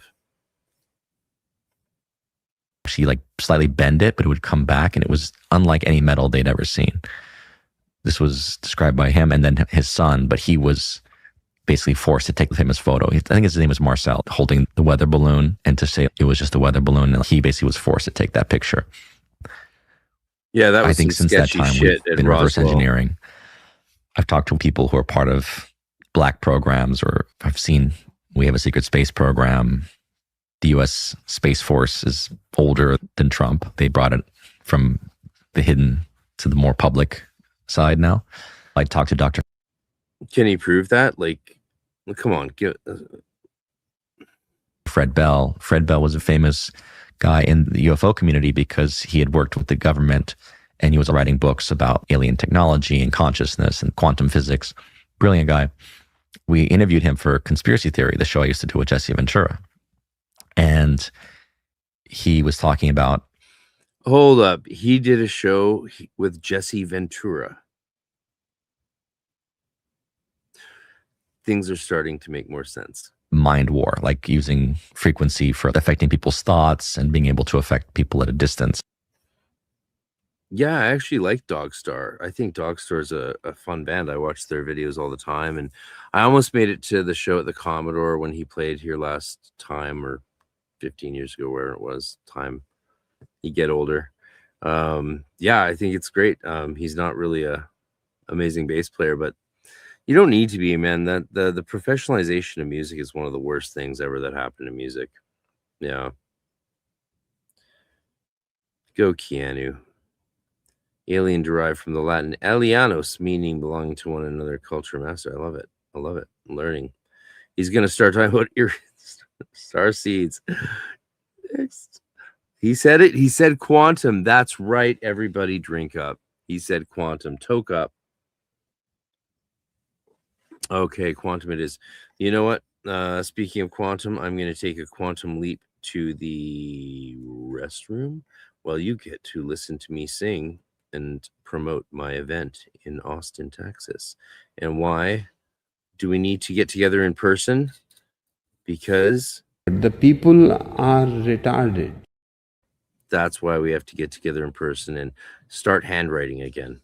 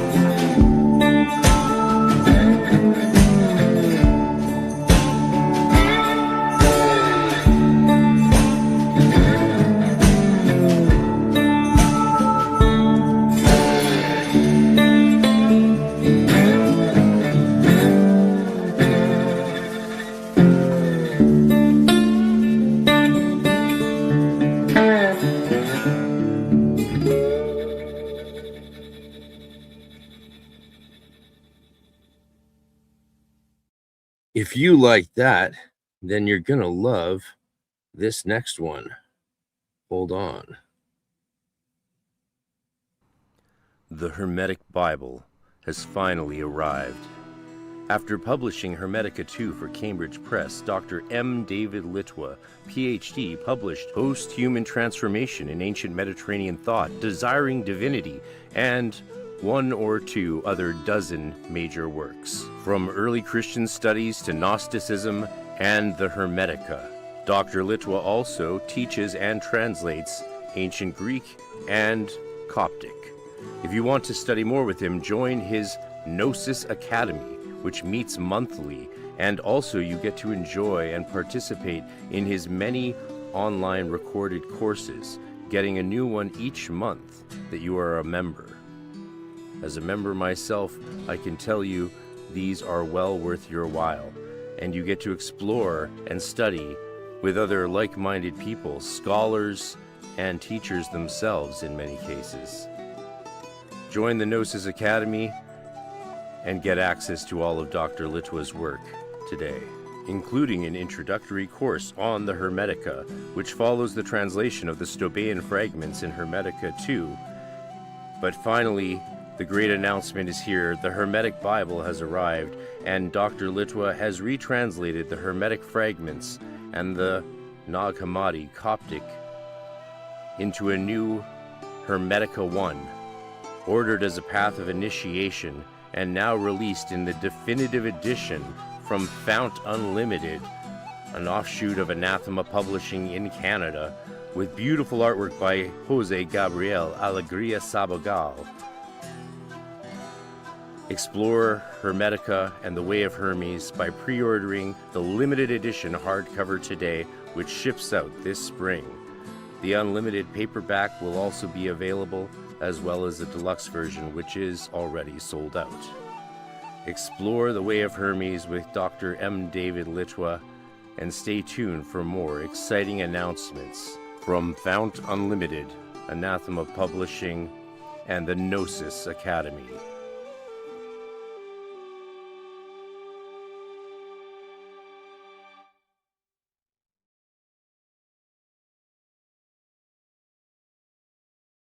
All right, we're back. Through various technologies. Off the record, he was like, I shouldn't tell you this because my CIA handler would not be happy with me. I've been to some of these underground military facilities, and I've even met what you would call gray alien. Well, that's a good question. Wait, did he just say he met a gray alien? Wait, what the fuck is hands that? with one. They're down there in these facilities. Oh my God. What the? Don't worry, I can handle it. I'm now super baked. You have a weather balloon, and then they changed the story twice. It was originally a weather balloon, and then it was like some other thing. They had the guy that was there initially, I can't remember the name, he was a military intel guy. He took it back to like his family, like a piece of the metal, and it was like very strong, but at the same time, it was like you could actually like slightly bend it, but it would come back, and it was unlike any metal they'd ever seen. This was described by him and then his son, but he was basically forced to take the famous photo. I think his name was Marcel, holding the weather balloon, and to say it was just a weather balloon, and he basically was forced to take that picture. I think since that time, we've been reverse engineering. I've talked to people who are part of black programs, or I've seen we have a secret space program. The US Space Force is older than Trump. They brought it from the hidden to the more public side now. I talked to Dr. Fred Bell. Fred Bell was a famous guy in the UFO community because he had worked with the government, and he was writing books about alien technology and consciousness and quantum physics. Brilliant guy. We interviewed him for Conspiracy Theory, the show I used to do with Jesse Ventura. And he was talking about mind war, like using frequency for affecting people's thoughts and being able to affect people at a distance through various technologies. Off the record, he was like, I shouldn't tell you this because my CIA handler would not be happy with me. I've been to some of these underground military facilities, and I've even met what you would call gray alien. I shook hands with one. They're down there in these facilities. This needs to be said. Null sorry for coughing, everybody. I'm still getting used to these long ass streams, but they are getting easier and more fun to do. And so I thank you for being here with me. Like and subscribe, all that jazz. Null says, sure, it's something St. Augustine touches on too, that evil has no substance, but is dependent upon the good for its substance to corrupt, like the product of fermentation. Very hermetic. Yes. Null, do we know each other? Are you like a close friend and I just don't know your handle, or a complete stranger who just says some really on point shit? All the different interpretations. Strawberry fields forever. There's so many comments I didn't get to. Keep them coming in. Let's keep it going. Within 24 hours of that conversation, off the record, he was dead. He died in his hotel room before he could leave Minnesota. Interview. Yeah. He's running the whole conspiracy iceberg. A lot of people involved in the space program connected to the federal government have died or disappeared. Yeah. It's 11 they've confirmed missing or dead. I watched that fucking, what's his name? Pearson, Adam Pearson, shout out Frater, my brother in Montreal.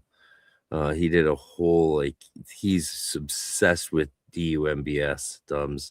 And I watched one of the videos he recommended. It was so long and I was not really that into it, but I was like, I guess I'll watch it just, so I know why he's, because when you know a smart guy who's like got a well-balanced life and isn't going to waste his time chasing absurd rabbit holes, and then they tell you that they've been super into investing many hours into investigating one little thing, it's kind of interesting. Like, you know, maybe this well-balanced,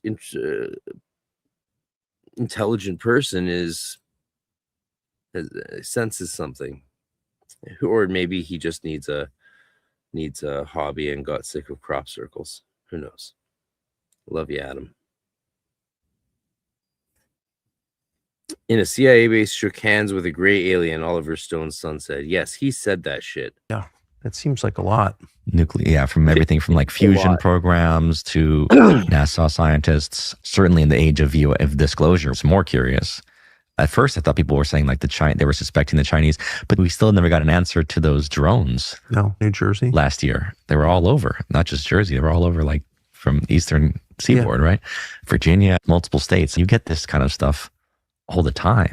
These anomalies. I actually asked him because Trump was going to disclose what it was during the campaign. He said, I'm going to get to the bottom of this. And then he said, that's not a big deal. And I asked, you know, it's not a big deal. I've seen that a big deal. Not a big deal. But what scary. were those?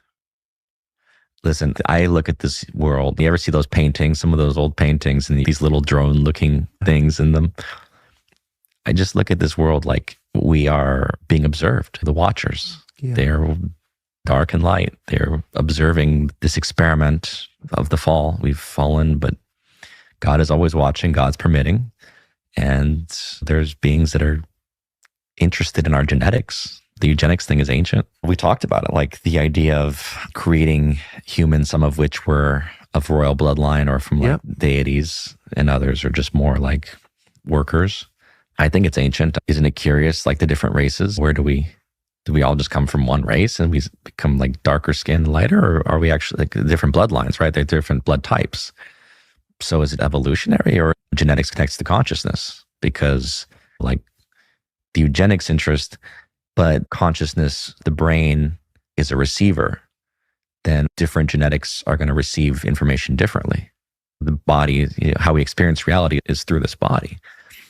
So if we believe in souls and the journey that we go through in our life, our body is connected to that experience.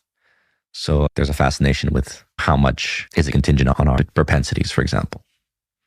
I mean, he already said that the brain's a receiver and that, yeah, he already said that. So he believes that's what he thinks. For about 50 years in the United States, it was basically not allowed to mention any of this in public because it was Hitler stuff. They changed it from eugenics to what's that, Cold Spring Harbor, basically the same research. It's just genetic. What's the term for it? Anyway, they called it genetic research now and check, but it's the same principles. Maybe not based in the same racism, but some of it's, I'm sure some of these people are still racist, like Epstein, who was called everybody Goy. But yeah, they just changed the name. It's interesting that even as the public has been banned from talking about this, the people in charge are fixated on genetics. Yeah. That doesn't surprise you. Why should it? If this vehicle, it's pretty interesting technology. The body's incredible technology. That's what freaked me out during COVID was the whole mRNA delivery system that they were trying to inject us with, and they were warning. Make us in the media. Hey, brother, you want to jump on with me? Jump on with me. I'll send you a link in the chat. Say yes.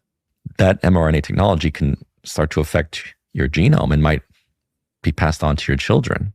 I think it's been confirmed. So it's pretty scary stuff. They were mass injecting into hundreds of millions of people. And now we know that it can affect your DNA. I think that's beyond dispute, but I haven't read any follow-up. You're changing human beings generationally. Mm-hmm. What the likely effects of that? And that's the transhuman agenda.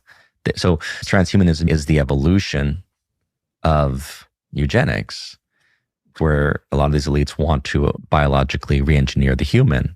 And arguably, they want to get us to a place where they can merge us with the AI, the machine consciousness, to make us like an H.G. Wells type of scenario, right? You have. Oh, but know what I can do while you're here, Magus in the media? Stick around for a sec. I can do something for you that I was promising I would do later on, but I'll do this now. All right, we have to because Magus in the media is here, we have to interrupt this program for a very special word from our sponsors. So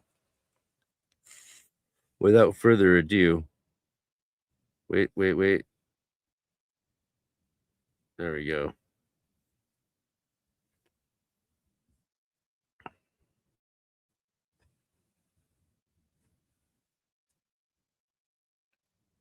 Have you been feeling bad, unmotivated, lethargic, like your life is going nowhere? Well, you need to maybe try 2-for-1 Adrenochrome. Just a couple of drops, and then your life will look glorious and full of all your dreams and hopes like you never imagined. All organically sourced ingredients. Naturally sourced. Adrenochrome. Use code Maxwell at checkout.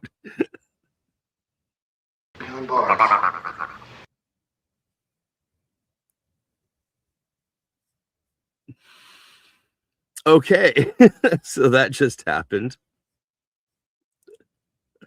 There you go. The elite who... That was my famous, never before shown Adrenochrome promo. I don't have voiceover added or sound effects, but we'll do that. Yeah. And then, yeah. Love the idea of Elon Musk. Connect me to the machine, connect me to the computer so that I can be smarter, right? And arguably those that are more mundane will either not have the ability or they'll be connected in a way that they can be controlled. Yeah, live voiceover. You're welcome. It shows you, like, you know, if you heard some of my voiceovers, you know, it takes work. Like to do the audiobook for Litwa, yeah, it's a lot of work. And you can tell that by the other stuff that's sort of, when you hear something that sounds phoned in, it's like, well, yes, it is. Sometimes you don't have much time and you just do what you can, and it's not great. And me just trying to do it live right there for you shows you how hard it is. Like, you can't just do it. It's a real skill and it takes real production time. Anyway, I'm glad you enjoyed it. That was all I was meant to do, is have some crazy retarded fun with you all. Mages in the media, we've got dates, brother. We got multiple dates. It's gonna all happen. I'm glad you popped in as well. You've been doing some great work, and I've been really enjoying the episodes I've watched. I really enjoyed the other day, and you and Jin, and just think you're fucking crushing it, and you have the best logo in the business. Yeah, it takes work. 2-for-1. So dark. It's so dark. Is this what we're going towards? A cyborg type of future? Seems clear. It's feasible. Probably 20, 30 years and beyond, you could see a whole new humanity. What do you think the point was? They wanted to shut down the world and print money en masse. They didn't have a war.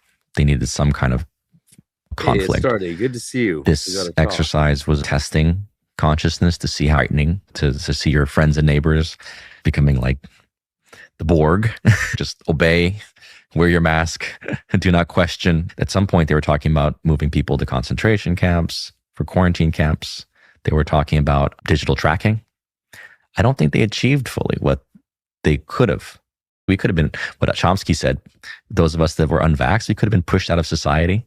They could have created a total digital verification of how many shots you've had and if you obeyed or not, the social credit system of a communist society. Yeah, the great thinker Noam Chomsky, who I spent my life studying from late high school all the way through college. Everyone studied manufacturing consent. Well, I mean, a lot of people did. I did in second year college communications class. After first year was like magazine article writing and journalism. For second year was film media and social cultural theory, sociocultural theory. And Chomsky's manufacturing consent was a lot part of that, as well as studying Italian authors like Agamben, Giorgio Agamben. Anyone study Agamben? He's a thing. But Chomsky comes out and is like, oh, it's COVID, and there's a vaccine. Anyone who doesn't take it should be put in a concentration camp and forced to fend for themselves for food. Let them all fucking die. That's what Chomsky said. It broke my heart. What a monster. They could have gone all the way.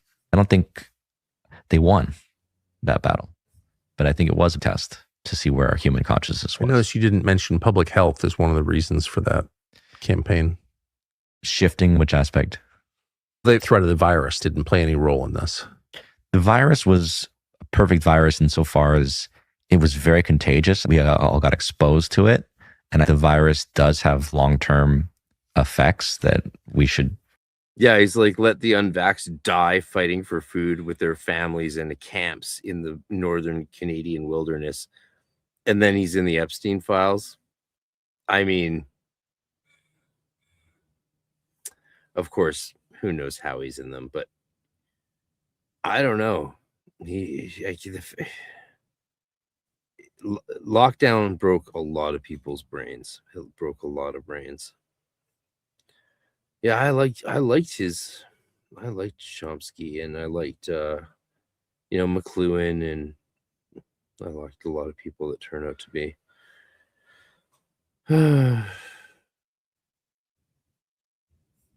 start. Yes, we do. What do we do? I don't remember. Work to clean out, but things like ivermectin can help us with cleaning that out of our system. But it wasn't like a particularly deadly virus. Now, look at the numbers. He was deadly if you had 2+ comorbidities and you were over 70 years old. That was dangerous. But anyone who was paying attention, we knew about ivermectin, we knew about hydroxychloroquine. So, one of the biggest problems in Canada, specifically British Columbia, where I live, is a lack of nursing and medical staff. But then I found out recently that the government still won't let all the nurses that refuse to get vaxxed, which was like a half or a lot. It was a lot. Still won't let them come back to work unless they get vaxxed, even though they've had to admit all the stuff that's in the news right now, like with Trudeau and the cover-ups and the vaccine lies. Like, that's just mainstream news now, and they still won't let the nurses come back in a staffing shortage, and they won't accredit foreign practitioners and doctors, even though we need surgeons. And it's like some surgeon from India trained in New Zealand is just as good as one of our surgeons, probably. And we have a shortage. So it's all nuts.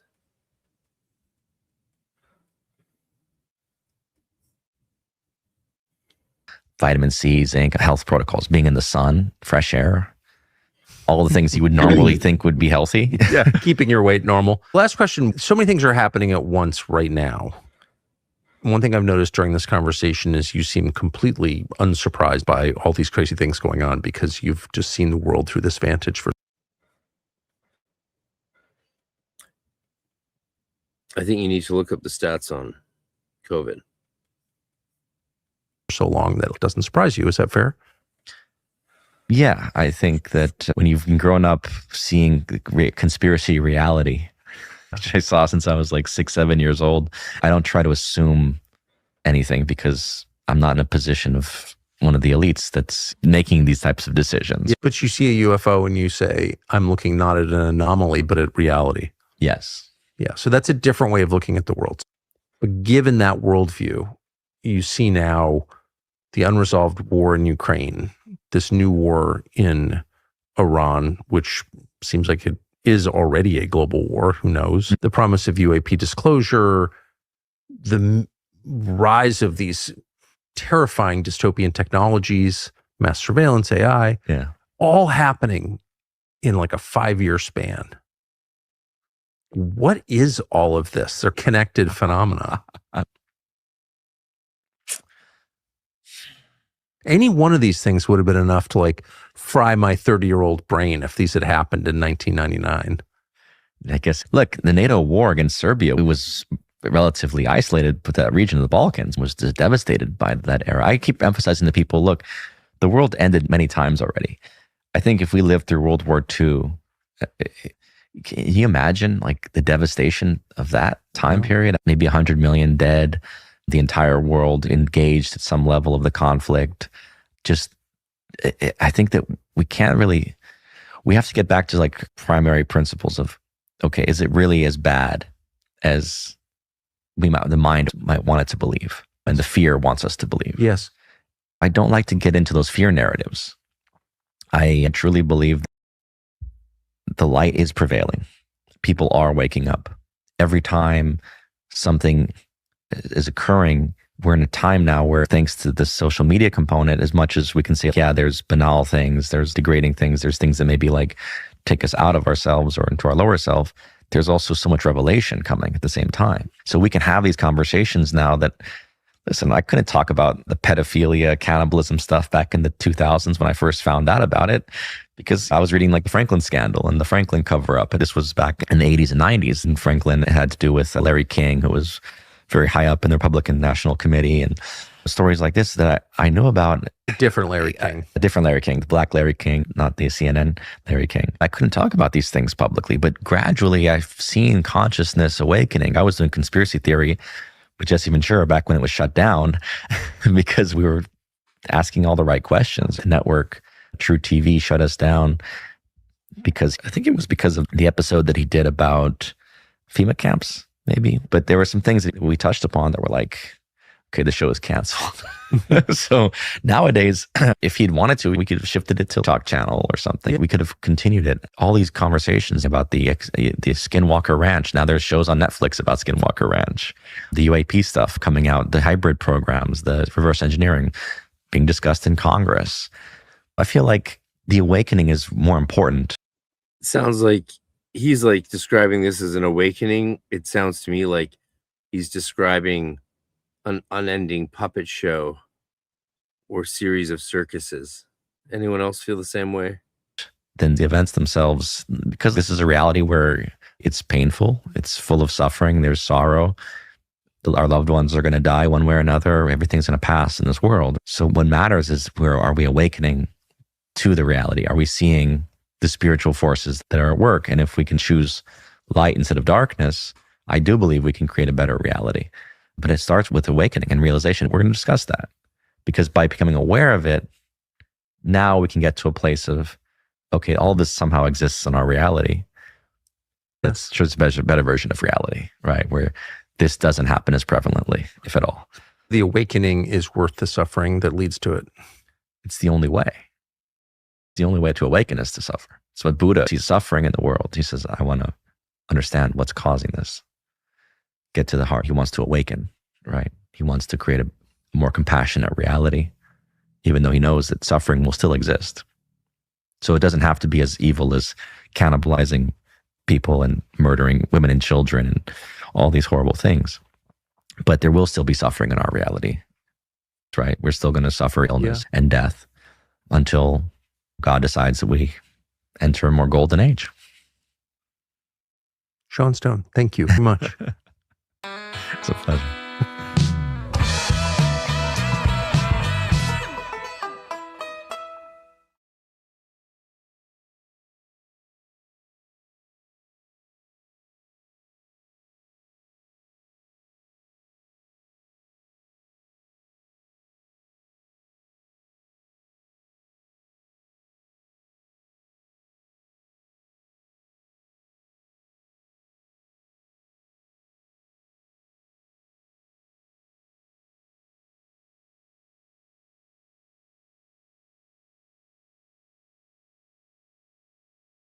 We did it.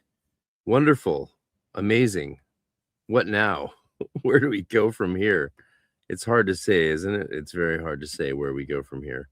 But that was an adventure. That was a journey. I'm not sure how I feel about it, but how do you feel about it? Let's talk about it.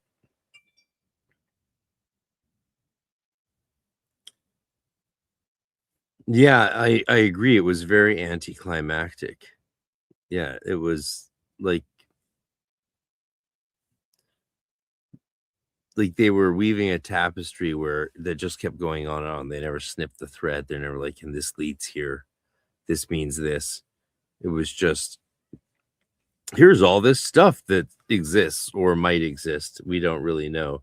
Here's just all this stuff that might be real, or who knows.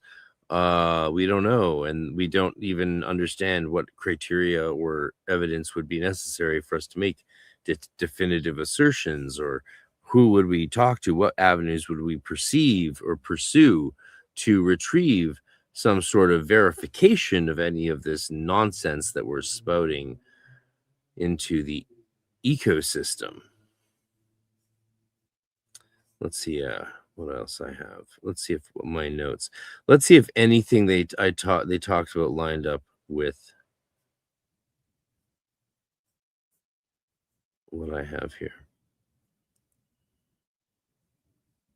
Yeah, so a major thing is like these things only work by ignoring esoteric aspects of not just Christianity, but religion and human culture in general, right? If you look at every single thing as singular and distinct, well, you miss all the other varieties of it, and then you don't really get a clear picture of anything, and you think that people were all the same when people weren't all the same, and there was competing norms, standards, and values amongst individual groups even.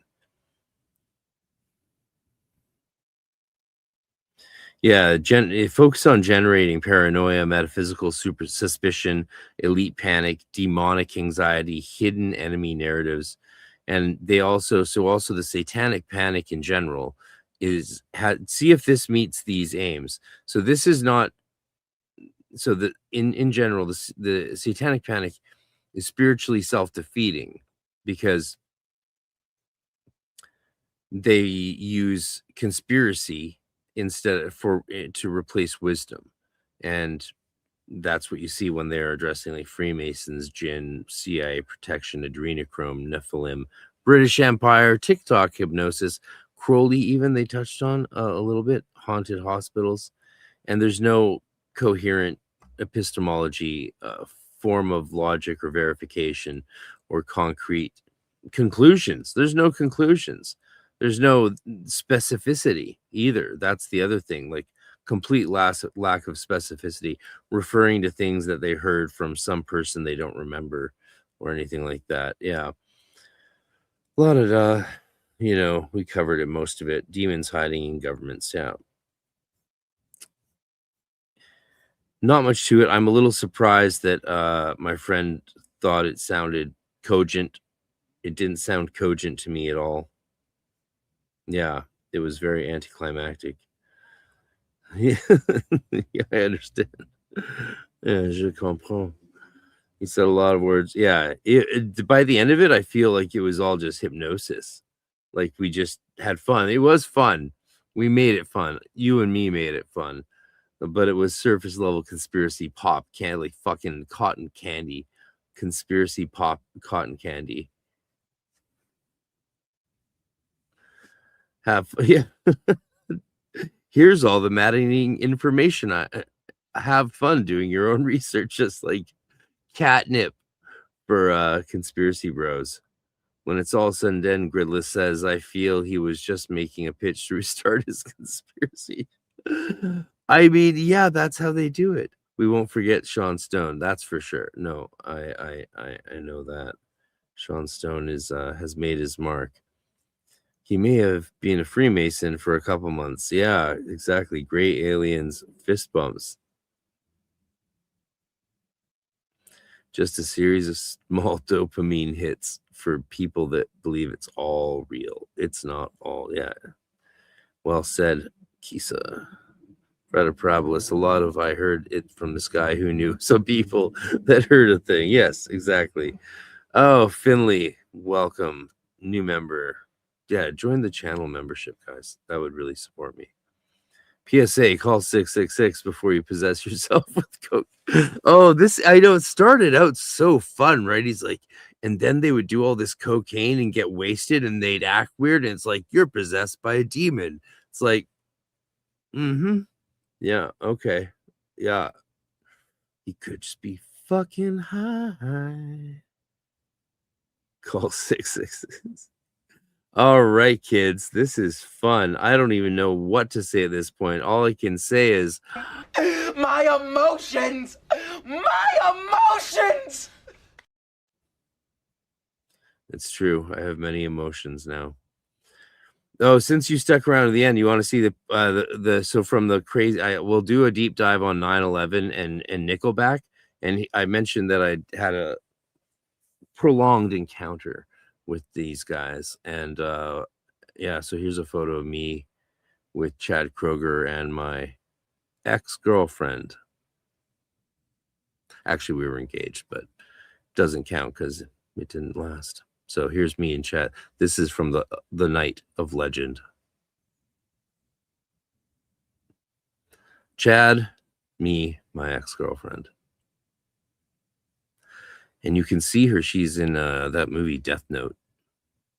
And identifiable because she's the only topless person that plays a dead stripper on a stage. Topless and dead. Dodged a bullet there. Glad I broke up with her. Well, yeah, that was brutal. She was bipolar. And Chad is crazy. Chad is terrifying. Terrifying. But he was, you know, we got really stoned. And he showed me his penis. It's huge.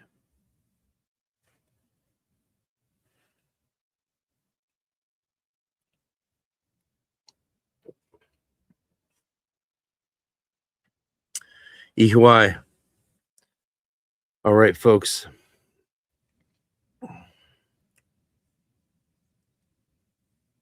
It's been a good one. Almost 4 hours. Jesus Christ. Fun times.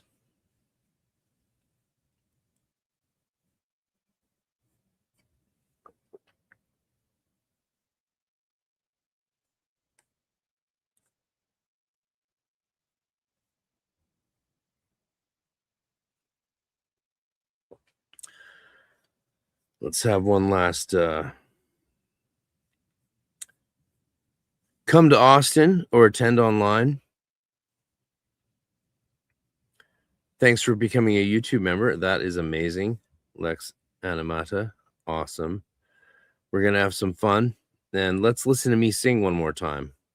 We'll dedicate this to my buddy Chad and Jonathan Simpkin over at 604 Records. Love you guys. No hard feelings. I won't say anything more than I have, so don't worry. It's not that everyone doesn't already know everything about you guys from the Vancouver scene, but, you know, it's like the stuff we know about Trudeau in Canada. We're just not meant to say it, but we know it. You know, West Point Grey. We know why his roommate's in jail. We know lots of stuff, but you just can't say it. Fun times. Let's listen to me sing one more time about this event. Dr. D.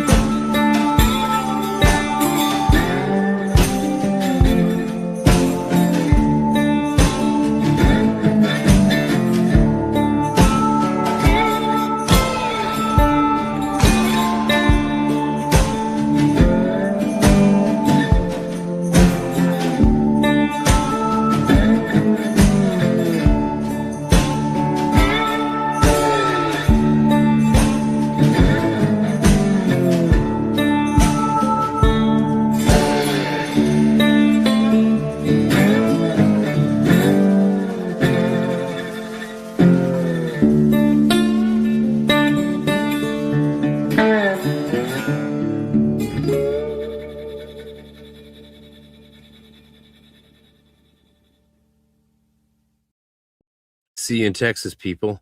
Thanks for being here. And never forget, The people are retarded.